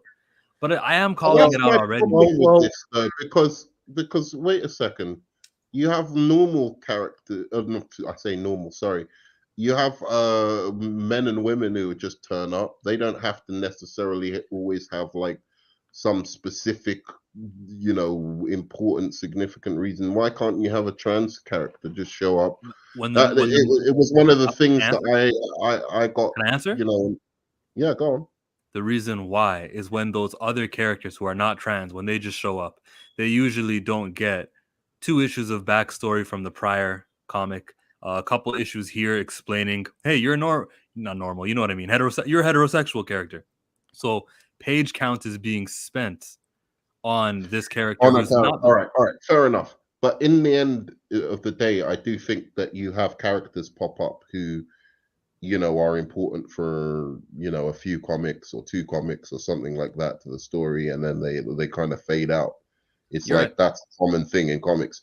Like, you can't say every single, even Batman, as big as Batman is, right? Like, not every, or Spider-Man, not every single comic has been like, some of them would feel like Batman or Spider-Man are almost secondary characters in that story, because it's like about like a little boy or some you know, whatever, in who Batman's trying to help, but they like spend a lot of time on the kid, right? Showing the kid's life in Gotham, or the kid's life in New York that Spider-Man's trying to like help. And then, you know, Spider-Man you almost see Spider-Man or Batman from their point of view, right? In some of those comics. Mm-hmm. So I don't think that's abnormal. All right. One thing we should talk about, because I do have to leave soon, that I don't think any of us have talked about, is that freak out that this fucking. Can we react to that? What freak out? This guy had about this computer game. I thought that Oh, was the fucking bald guy, hilarious, dude. the bald guy. Yeah. Oh yeah, you should have seen when we did that on the OOC. We talked about. we could talk about him real quick. Can I just see that fucking fat idiot? What, like, that was the dumbest thing I've ever seen. This guy is like criticizing these people as if the sense of complete entitlement that these people have, just because they fucking buy a product or buy a game. They don't have to buy the fucking game. They don't have to buy the product. They can put whatever the fuck they want in it, right? As long as it's legal and it's not promoting fucking hate or violence against people, they can put whatever the fuck they want in their game. Let's see, Nerdman. Right? I just it was so baffling to me. This guy's fucking, but it isn't at the same time. You know, these are the guys who go, "Oh, there's a black person in a movie. It's woke." There's a, you know, everything's woke these days to these guys. But in any case, I wish. So one thing I noticed is that without the hateful anti-crowd, there's a lot of things I wouldn't know about. Like that scene, that video that kid that's pulling up now, I would not have even known about this video game settings. You know. But it's exactly they said, and it wasn't like you have to play as this character. It was just an option. I from what I heard. But it's literally. Well, wait. Let me explain it real quick because I played the game. Well, I'm still playing. I'm about to play it after the stream. It's basically just asking you if you wanna let the game know you're a male or a female because it's an RPG. So there's for example, I have the option to get parents, right? So my parents call me son, right? I wouldn't want them calling me, "Hey, daughter." I mean, because personally, I'm playing as a male character. I want to be called as a male. So yeah, I let the game know that my sex is male. Like it's an option. Hell, if you're a guy, you can play the game as a woman if you want to. It's up to you. They're just asking you what you want to identify as because that choice literally lets the game know, okay, they're a male. We got to call them a male when we refer to them. They literally will characters will refer to as he, him, she, and because this they're trying to identify you. Fucking like looked like just this complete idiot. Like looks like a fetus. He's there talking about the creators of this game, calling them idiots, they're nobodies, they're pieces of shit, and this, that, and the other. And I'm like, dude, they made this game. They clearly have more skills and more fucking intelligence, you know, more creative ability than you have in your, you know, like your fucking woman-sized tits. You know, it's like it's so fucking baffling to me. Like the level of entitlement. He's calling these people a bunch of fucking dumb losers and this, that, and the other. It's like, no. Anyway, sorry, go on. But see, regardless, he's still playing this game anyways because this game, exactly. You literally got to invest hours into it. And me personally, right, for video games, because it's different from watching a movie. I'm not going to invest more than 20 something, like maybe even 10 hours into a game. If I'm playing for more than 10 hours, I should already know by then if I want to play this or not. But clearly, since it made him rage quit and he's still playing it, that's the funniest thing about it. Like, this game caused you to rage quit and you're still playing it. Mm-hmm. Like I understand if you gave a criticism and it was very slight, like, yeah, you know, I didn't like this part of the game, kept it pushing it and still wanted to play it. But the fact that it made you rage quit and you're still playing it is insane. It doesn't take that long to realize a game isn't fun. You can realize in the first 2 hours that you don't like the game. Not liking something and just not watching or consuming it. What has happened to that? It's as if like we're living in some, like the way he was screaming his head off is as if we're living in some fascist regime where they force you to play the fucking game. Like they go, oh, this is the new game, everyone has to play it, right? And if you don't play it, you're gonna be put in jail or something. That's the way he was screaming off his head, like about this fucking stuff. It just made no sense to me. Just don't fucking play the game. Are there not games? Am I wrong? Am I missing something? Are there not games where that isn't an option? I mean, in most, like for example, Saints Row, if you pick the fact that you literally pick you be male or female. That's the only two options you get, and the game dialogue is catered to you being female. So they're gonna refer to as she. Right? They don't, but in Saints Row is different, right? They just call you boss because you're a leader of a gang. So that's how they Sure. But from saying in the he or she. majority So of they give you an games, option. in the majority of games these days, is it not the case that most people, most of the games refer to only two genders? Am I wrong? Maybe because I don't play computer games anymore. There's many that did have other Unless options. it's a custom creator game, but there's been some games that have like been so crazy with the customization that you can like create your little hybrid of a person if you want. Sure, that's if the games have I'm a sure custom there are creator. games like that. I'm sure there are games like that, but I'm saying the majority aren't. Is that The majority is either going to pick the male, female protagonist or some like random creature thingy or whatever, depending on the game. Right, but so it's usually just male or female. So that, again, what's the issue? Just don't buy that game. Buy another one. And I know that's not how Google ad revenue works. You're supposed to make money off this YouTube thing. Did Howard's Legacy use only they them pronouns in this guy? No, I don't think Hogwarts did. Yeah, it definitely have it in it. If J.K. Rowling was in it, she doesn't care about the they them pronouns. The people mad don't care about they them pronouns. They want to be able to create a viral moment. Let me take off my headphones here. Maybe this will get shared around. All right, I want attention. Look at me. Same thing with the writer of the Black Panther comic. I read that comic, never knew that they had a trans character. And then the writer said on social media, by the way, did you know that this character was trans? And then like when you read it again, you're that. No, but that's the reason she did it. She did it for the attention. That shit pisses me off. If you're gonna have a trans character, make sure it's explicit that they're fucking trans in the thing. Well, they invented a new word in Wakandan for the word trans. Me after the fact that the character's gay or the character. So wait a minute, hold on. I just got back. First of all, I want to know: did you guys determine that Russell Brand was guilty, and have we thrown him into an Antarctic gulag or something? Is that done? Okay, so we can move on then. Yeah, we move on then. Okay, so what's this? Wait, so Nerdman, are you suggesting that everybody label themselves? Put a little like a pin on there, like I'm Jewish, I'm trans, I'm gay. What I'm talking about, that's not what I'm talking about. If you want to do a thing where you don't know the sexuality of the characters, it's never mentioned or whatever, fine. Like if it's not important to the story, then there's no point mentioning it, right? But what I dislike is people coming out after the fact of the film or the whatever. Yeah, exactly. The comic book didn't get enough attention, Nerdman. And then Nerdman.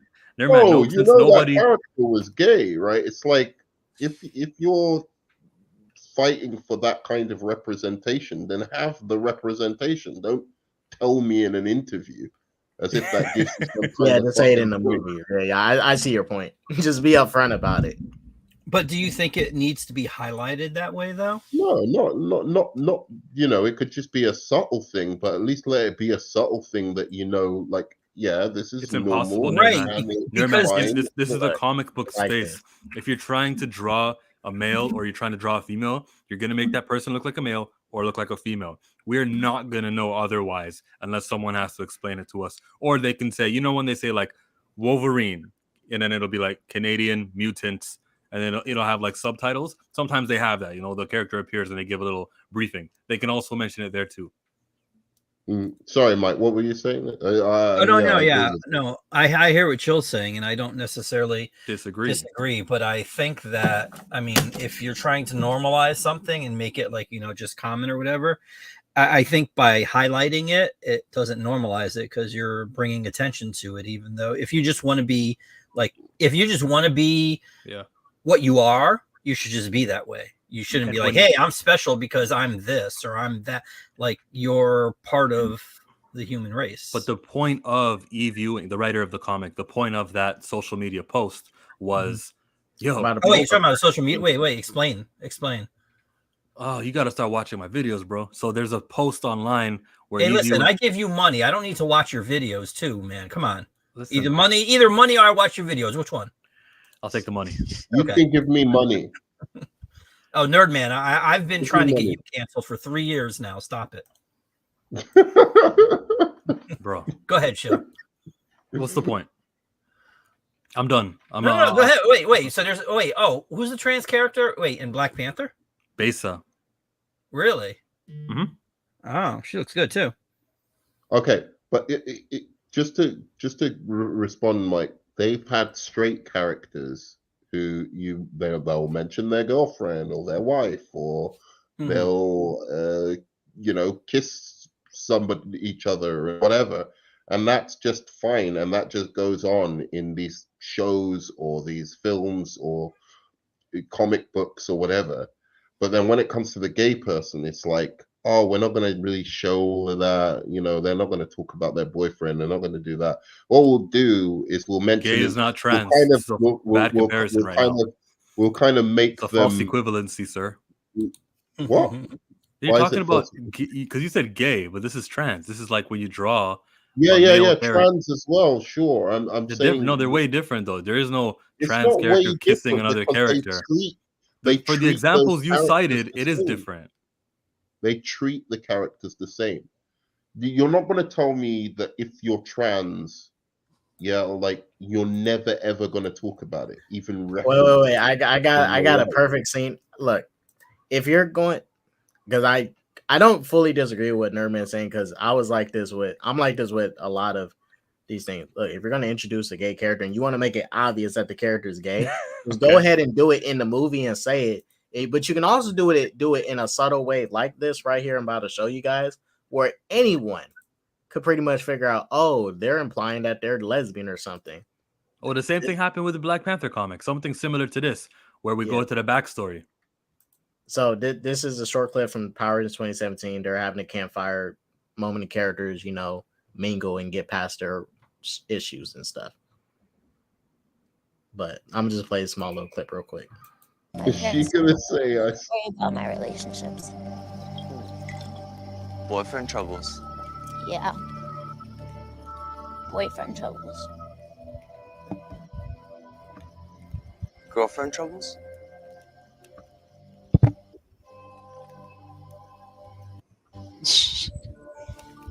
I'll just say that shit. Like it's kind of forward and direct, but it's subtle. It's not subtle. That's not organic. That was so forced and so bad. There's not going to be a way you can subtle. That wasn't so subtle. God, that film is so bad. But hold on, wait. Power Rangers 2017. They've got less problem putting lesbians in these things than they do gay men. By the way, I'll put it another way for you, K-Dot. That movie is a 2-hour film, and that was a 25-second scene, right? Out of the 2 hours, that film was tight as well until it fucking. But anyway, sorry. The percentage of the pages in the comic that went to this basic character was larger than the percentage of time that the movie took during that scene. You get it? Yeah. And well, when I say if you're gonna introduce like that scene, like it was short, like it's not that dialogue there, like that whole conversation is even about her boyfriend stuff or her girlfriend problems. It's literally that's part of her issues that she's airing out. It's quick. They said it and then they say the other stuff, right? The chunk of the movie isn't about it, but they made it clear. Okay, this character is lesbian. Boom. Moving on. We wanted to make her lesbian. Okay. Hey, do we all agree that the writer was hate farming? Was like, yo, let me just throw out this bait and see if anyone, because no one's reacting to it. Nobody did a video about it. Nobody talked about it on Twitter. And then so she said, did you guys notice that I made this character? And that's what this word means. And then we're like, okay. Because you want to know what it is, Chill? You want to know what it is, Chill? those Black Panther films, freaking Ryan Coogler, you're not getting these people to go read those comics. You had one job. Thank you, Kata. No, I think the problem is that they're so dumbfounded by T'Child that they didn't notice any other things. Because there's this narrative propaganda on from some YouTubers, hashtag recast T'Challa, and it's just they just didn't notice what was going on, you know? T'Child. Shazam 2, same thing as well. They put a gay character out of nowhere. I don't call that out of nowhere. Know, Mike, have you still not seen Shazam 2? I have not. See? You know what? Let me actually bring up that scene. Let me see what y'all think. That's why I'm. That might even be he's a fan of the Shazam character. He liked Shazam 1, but he's such an MCU fucking diehard. See, but at least I'm not on here saying that I saw it, and then when I only watched like 5 minutes of it, like you do. Or yeah, I watched Supergirl season 1, the first episode. You had us believing that you watched the entire season when you only saw like 15 minutes of one episode. What are you talking about? I saw the whole season. Pepperidge Farm remembers, dude. I remember that stream you were on there. No. It was like there was a debate. You decided to interpret that how you wanted, bro. Oh, no. This ain't no gay thing. I know what I heard, okay? I heard what you said. I said I'd watched season 1 and I liked it.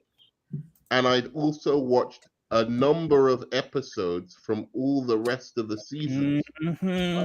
Like the Red Sun episode. Revisionism isn't going to save you, okay? Superman was first. No. Don't try to rewrite history, nerd man. It don't work. Yeah, like I actually like the way it was done here. I mean, it kind of made sense for the moment. Damn, look at them titties.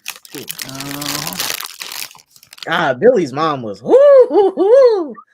Billy's mom was something else in this movie. Shit. Did you really go to this just to bring that up? Well, no, it's not cool. It's just not about the titties. I just did they're right in front of my face. I had to comment on it. I said don't freak out. Look at me. It's Billy. Rosa, it's Billy, okay? Nice internet. Arlen, that's Mary. Yeah, why we can't hear it? Dude, out of context, this doesn't look good. To be honest, it's only in context. Out of context, it's not even. Well, yeah, we gotta watch the movie, but in context, yeah, it's not like even, if you just play it. Well, I mean, if someone stops it before the dragon shows up, then yeah, it's out of context. Shout out Jonathan Major's girlfriend. Figured it out. And then Pedro, just normal Pedro. Guys, this is no time for secrets, okay? We have to tell them the truth. We're superheroes. I'm gay. Yeah, we know, bud. Okay. Are you alluding to the natural like exposition of that? Again, it's the same thing I said with this Power Rangers movie that no. Well, short amount of time. Wait. Well, you've seen the movie, right? Because in context, I mean, a dragon's about to kill them. They think it's their final moments. I mean, you know. Well, when in the context of this, it makes sense. No, it doesn't. In this is all I see is Warner Brothers' little pie chart of what every movie needs to cast. This needs to be represented. This needs to be represented. And so we gotta let people know that a character is gay. How do we do that naturally? We can't, because this character, it's not like the movie is like a love interest movie, like where it's obvious, right? Where the plot is at. Just make him say these things. We'll allude to him watching a magazine earlier in the movie, and then we'll say a line like that. It's never natural. I can say that it doesn't take time for the movie, and of course, everyone has their cause. Everyone puts things in their movie that they believe in, even though if it doesn't have anything to do with the story, right? Like, I'm sure if I looked at a George Lucas Star Wars film, I could see something Japanese that he really liked. He's like, I'm going to put this in my movie. No real reason why, right? But my point is just that it is never natural. It is always, it is an identity that you actually need to explain things. You actually need to take time from the story to get into it. And unless the story is, yeah? That's true, Joker. They did set it up. Well, that's the thing about it, because this character Pedro, it was set up in the first movie. It was hinted at, and then they just like, all right, we full blown confirm it. I think it's a double-edged sword. I don't mind the way they did it. I think it was okay executed, but I just think the characters in general needed to be developed more. You know, you had the first film. you had the first film, now you've got the second one. They're a team. They should have just focused on building them as a family, and that be his issue or his, you know, like whatever he's going through. That would have been nice to see, as opposed to just focusing on one kid, you know, like who isn't even Billy. Like, okay, you got to my point. This isn't the main character. If Warner Brothers is really down and they think that this is worth a worthy cause, instead of doing, well, every film is going to have the 10th character in their casting be a gay identity. Why don't you just fund a film, spend $100 million on the budget, make the lead character of that identity, whichever one of their selections, and act like you're behind this and see what happens. Like, why are we acting as if they're doing something when they're really not doing anything at all? This is the Shazam movie. It's marketed as the Shazam movie, and there's a 10-second scene. So I'll say that I agree with Joker's Corner there on his comment as well, but it's more a general critique of the movie and how they didn't develop those characters enough. But I don't think the movie could have done anything. And the only reason I say that is because, you know, I think the criticisms of the movie are way, way, way too harsh. And I just wish they had have recognized, as a Warner Brothers movie, as a DC movie, now you have to do so much just to be acceptable by like a bunch of people who are already pre-hating on it, i.e. the Snyder, you know, Bros. Wasn't the movie 2 hours, 2.5 hours anyways? Nah, it was less. It was 2.5 hours of really good stuff. Well, no, but I'm saying, but no, because you're sitting here, Chill's saying, you know, and I don't necessarily disagree with, you know, making a main character or whatever, letting them be gay and all that stuff, but like, this is the supporting cast. This is the family. The main character is Shazam, like, and the rest of the family are the supporting characters. So why? Well, what's the problem with one of them being gay? Nothing's the problem. Okay. I think they could have. Are you asking me? You don't understand. The guy's got 3 lines in the movie, dude. Do you know what I'm saying? They set it up. And it's but he's a supporting cast, though. He's not in the movie. Well, and I don't. Well, that's why I don't disagree. Because in the first movie, this is my critique of Pedro. He didn't talk enough, but to be fair, it was written into his personality where he was kind of a quiet kid. But in this film, they had him talking more as an adult than he was as a kid. That also worked. It worked into the personality because, you know, he's a lot more confident as a hero, but still, you could have like done more. It gave him a little bit more dialogue, just a little bit more. Without spoiling anything of it, because I still have not seen it, did they give the other kids more to do besides Mary and Freddie? Yeah. Yeah, I think they gave them. I thought it was enough. I thought they've still kept their charm and whatever. I just wish some of the. I just think they could have balanced it more by having the kids do some of the dialogue that the adults were doing. That's my main thing. I think the movie would have been just a lot better and more charming if those kids were doing some of the talking that the adults were doing. And it was a major mistake on the director's part, but it doesn't ding the movie more than like 5% at the most. It's not like a horrible decision because the rest of the movie works really, really well, I think. Yeah, a lot of Mary scenes got cut. There was a lot of deleted scenes that I did want to stay in, but you know, but shouts out to the director. He made a good judgment call on a lot of those deleted scenes. But those are deleted. I'm not going to talk about none of them because they spoil it, but he deleted a lot of scenes that would have just been extra fluff that wasn't necessary. And it would have probably bogged down the movie even further. I don't know who it is, but we can hear somebody young on the microphone. Close the window. That's just the children I'm hiding in my closet. Shit. Is it a child? The children in Sean's closet, isn't it? Nah, because you never know. Like, people don't want their kids on. I didn't know who it was on this panel, but like, you know, keep that shit private. I heard children screaming, man. What's going on, Sean?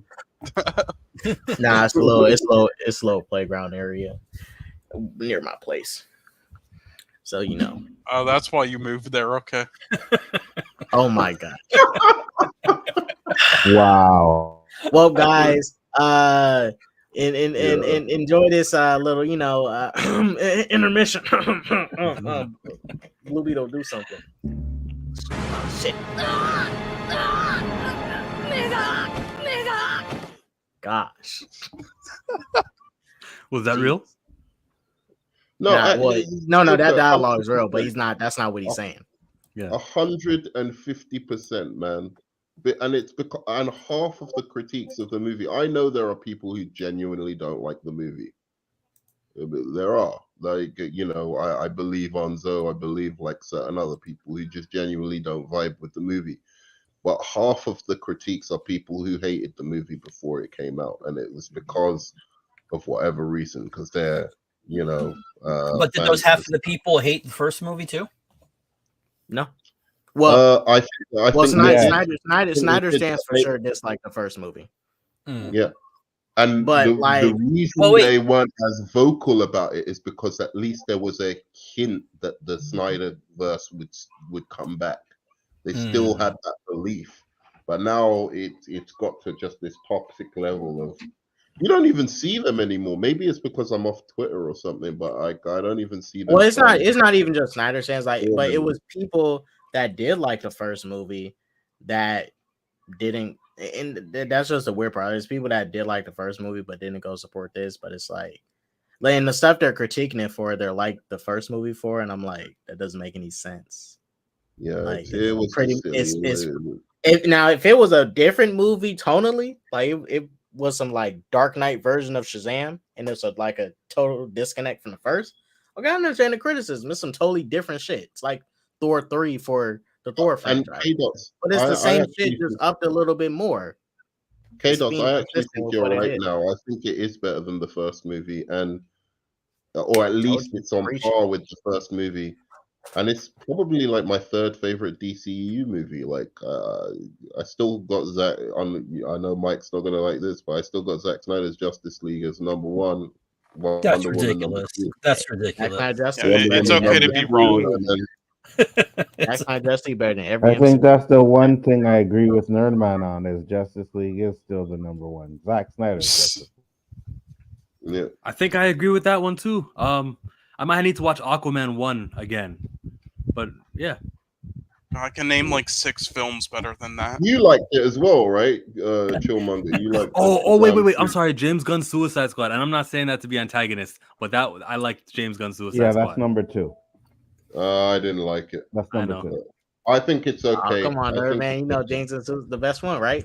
And that's better than Justice League. Actually, now watching Guardians 3, I know why I think that movie is so subpar, because he clearly was focused on Guardians 3, bro. Clearly. He put heart in the Suicide Squad, man. Like, Suicide Squad, I saw the heart. It was there. He literally put his soul into that shit. Right? I don't see that, man. I think his soul was in Guardians 3. No, he put soul he pulled his soul out of Guardians, and then he put even more soul. He put even more soul into Peacemaker. Can I just say, you can't tell me that Suicide Squad is better than any of the Guardians movies. You can't tell me that. It's better than 2. It's better than 2. Absolutely. It ain't better than 2. 1 and 3 is a debate, but it is better than 2 for sure. Yeah, it's better than 2. I don't even think it's better than 2. At best, I'll say it's on par with 2. Oh, hell no, nerd. Because I don't think... Don't make me pull up that shit with Drax and his nipples. I can pull up the same with Drax and his nipples. And the whole Suicide Squad kills that second film. There were jokes like that in Suicide Squad. What about that joke? But they were funny. They were funny. Yeah, they were funny. I need to go because what? No. I need to go number 2. Harley Quinn said, "Oh, it's a pretty girl saying she needs to go for a shit." Hilarious. Come on, bro. What? I don't even remember that, but okay. But no, Guardians 2 had worse jokes than 1 and 3. Absolutely. Even and some of those jokes came at even though the jokes in Guardians 3 slightly did help Drax's character, like give him a good conclusion, those jokes really did hurt him in 2. They made him look super weak. even dumber than before. Like before, it was just he was like he didn't really understand stuff, but they just totally embraced the fact like, damn, he's literally just a dumbass. Dummy, yeah. He's literally just dumb. And then I'm not saying he's gonna be a genius, but they literally just made him dumb. He's and he ended up saving him in Guardians 3, making him a little bit more, sympathetic. Yeah, but exactly. I can't say that Suicide Squad is bad per se, because I thought the story was okay. But it is just the humor. I don't like that humor. So in that sense, you're right. I don't hate the movie. It's just when people say it's the best of the DCEU, I'm just like, that's some bullshit, bro. I don't. Not better than Shazam. What? Nerdman doesn't understand humor, I think, is the problem. No, he doesn't. Hey, we should actually do a we should do a stream ranking spoof movies. Not just the scary movie ones, but like old ones like High School High and stuff. Scary movie 1 and 2 is the best out of all. There's like no debating it. There's no better than Scary Movie 1 and 2. There's many better ones. I mean, don't be a menace. No, Scary Movie. Airplane. Yeah, there's many better satire High School films. High School High is a very good spoof movie. Oh no, it's not. That was garbage. What are we talking about? Come on, that was funny. No, High School High was caca. High School High was funny. No, it was caca. The Naked Gun and stuff, like I actually made a list on it. I'll find it. The Naked Gun's not better than scary movies. Oh no, Naked Gun is actually it is. It's like no, it's not. It's not. It is. And you know what? OJ would have something to say about it too if you got a problem with it. There you go. You see. Mm-hmm. But of course, you guys are gonna like a movie with a black dude that killed a white woman. Hell yeah. But see, I don't think he did. All right, on that. Oh, you see, wow. I'm gonna be out anyway, so. Yeah, we're gonna close up in the next 2 minutes. Ways, Nerdman. Peace, guys. Alrighty, guys. Peace, nerdy. I think I may have interrupted Chill. Tell him sorry. I didn't mean. Oh, no, he had to go to another stream. Go. I'm going to the same stream as him with Dre. Oh, what stream are you going to? I might put it on in the background. Let me put it in the private chat. You guys, me and Chillmonger will be on Dre Max stream talking about Jonathan Majors. Oh my god, you guys, really? Hey man, we gotta defend our boy. This is like Johnny Depp all over again. Can you? How many times you need to say it? Just we gotta say it every single day. We gotta say it every single day, man. Gotta get Good Lord, it puts me to sleep. I'm gonna make a nice way to promote your friend's fucking video. No. Look, think about it like this, right? I hope he's innocent because this shit gonna be so fucking good. Ooh, well, either way, it sucks anyway because it probably derailed his popularity or hype a little bit. But I'm sure it did. But I'm gonna be so happy if he is innocent. I believe. I'm leaning towards him being it, but if he is, the content coming out of that. Yeah, and his PR team can go fuck themselves, all right, for dropping him like that. Mm-hmm. But he's forever guilty, though. That's what you guys don't understand. Like, this is gonna follow him around. I hope it doesn't. Don't get me wrong, but I expect it to follow him around. Well, at least they're not censoring him like they are Russell Brand. Where he's built a name for himself, a brand for himself already. It's gonna hurt him more than because Johnny Depp doesn't get as many roles anymore because that shit follows him around. Because there's still people who believe, for whatever reason, even though there's no evidence to say it, that he did this stuff, right? So yeah, that's the problem with getting caught up in this shit. Same with Russell Brand. He's never living this down, even if he's found innocent. Allegations is just as bad as actually being guilty of something. Right? Once the allegation on you, you're done. You are done. But if you look a certain way, if you got enough money, for example, Jared Leto had allegations on him for years, and he kind of got away with it for a long time. Not saying they're true, but he did have some sexual allegations. God damn it, Joker!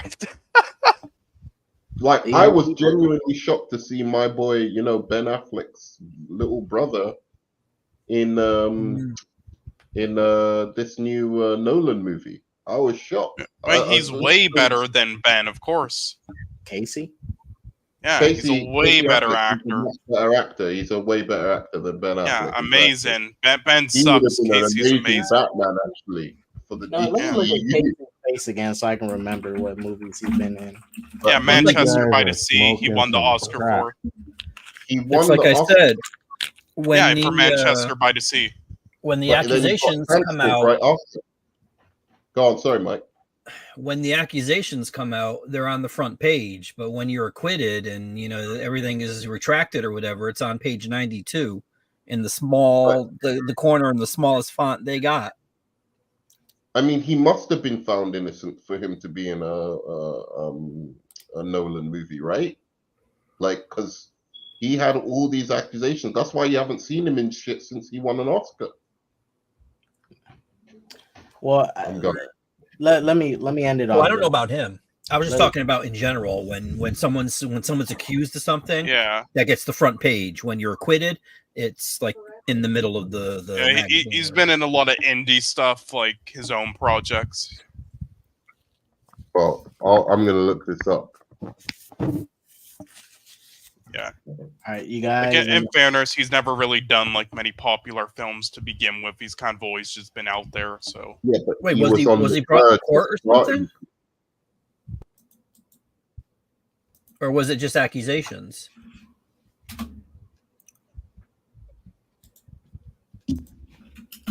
Hello? What was the question, Mike? Sorry. I said, was it brought to? Was there like a court case about this, or was I it just don't even accusations? know. I don't know about this guy. Anything will happen to this guy. So.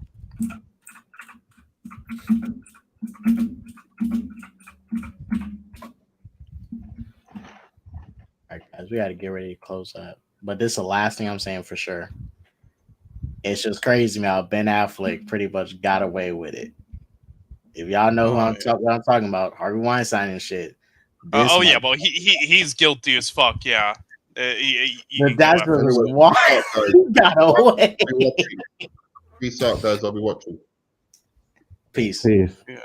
But that just Ben Affleck. Look, I don't know what his activity was, but let's be real. He do what the fuck Harvey Weinstein was doing. This motherfucker just got away with it. But dude, he was in one of the greatest Batman scenes ever, the warehouse scene. Stop it. Nah, Mike, no, he could do whatever he wanted with whomever he wanted. I don't even think it's the fact he played Batman. I just think because Ben, he has his own studio. But I don't think it's the Batman popularity that's keeping people from like really looking past the bullshit. I don't think it's that. I just think people just are like they're okay with Ben Affleck and they're like, he don't really bother me. I don't know what it is. How does motherfucker get away with it? Shit. Damn, I need to learn history. Yeah. It's actually incredible how he wasn't found guilty, but anyway, god damn. he was literally on the ledger. Literally, his name was on a ledger of people that can snitch on. It wasn't just Weinstein. He was hanging out with literally everybody like that. Yeah. Good lord, but Wait, anyway, that was before social media, though, right? Before and after, Yeah. Shit, he probably went to Epstein's Island too. He definitely went to Epstein's Island. Yeah, I mean, I'm pretty sure his brother is fine, but yeah, Ben though. Yeah, but I mean, if you haven't checked out his films though, definitely do so. Like Manchester by the Sea. And I'll just say that lastly, don't watch any trailers for it though, because there's something that happens in the film that they show in the trailer, and if you don't and if you watch it before like watching the actual film, then it kind of ruins the moment. So First I off, just wouldn't recommend don't that. watch any movies Cole recommends. Okay, just Why? don't do it. Also, Because it's an they are A24 film, all so that's a garbage. bonus. All garbage movies. Don't. So wait, don't are you want saying I shouldn't watch Troll 2? exactly? Troll 2 is a masterpiece. All right, you guys, we're gonna get ready to close it up. Shouts out to Onzo from Big for Entertainment. Shouts out to Cole. You can find him on Multi-Topic channel. You might be on my channel. You may find him all over the place. He sometimes on Big for Entertainment. Yeah, well, I'm on everybody's channels, basically, just no one specifically. But besides one person, I guess. He's everywhere. You can get him on your channel.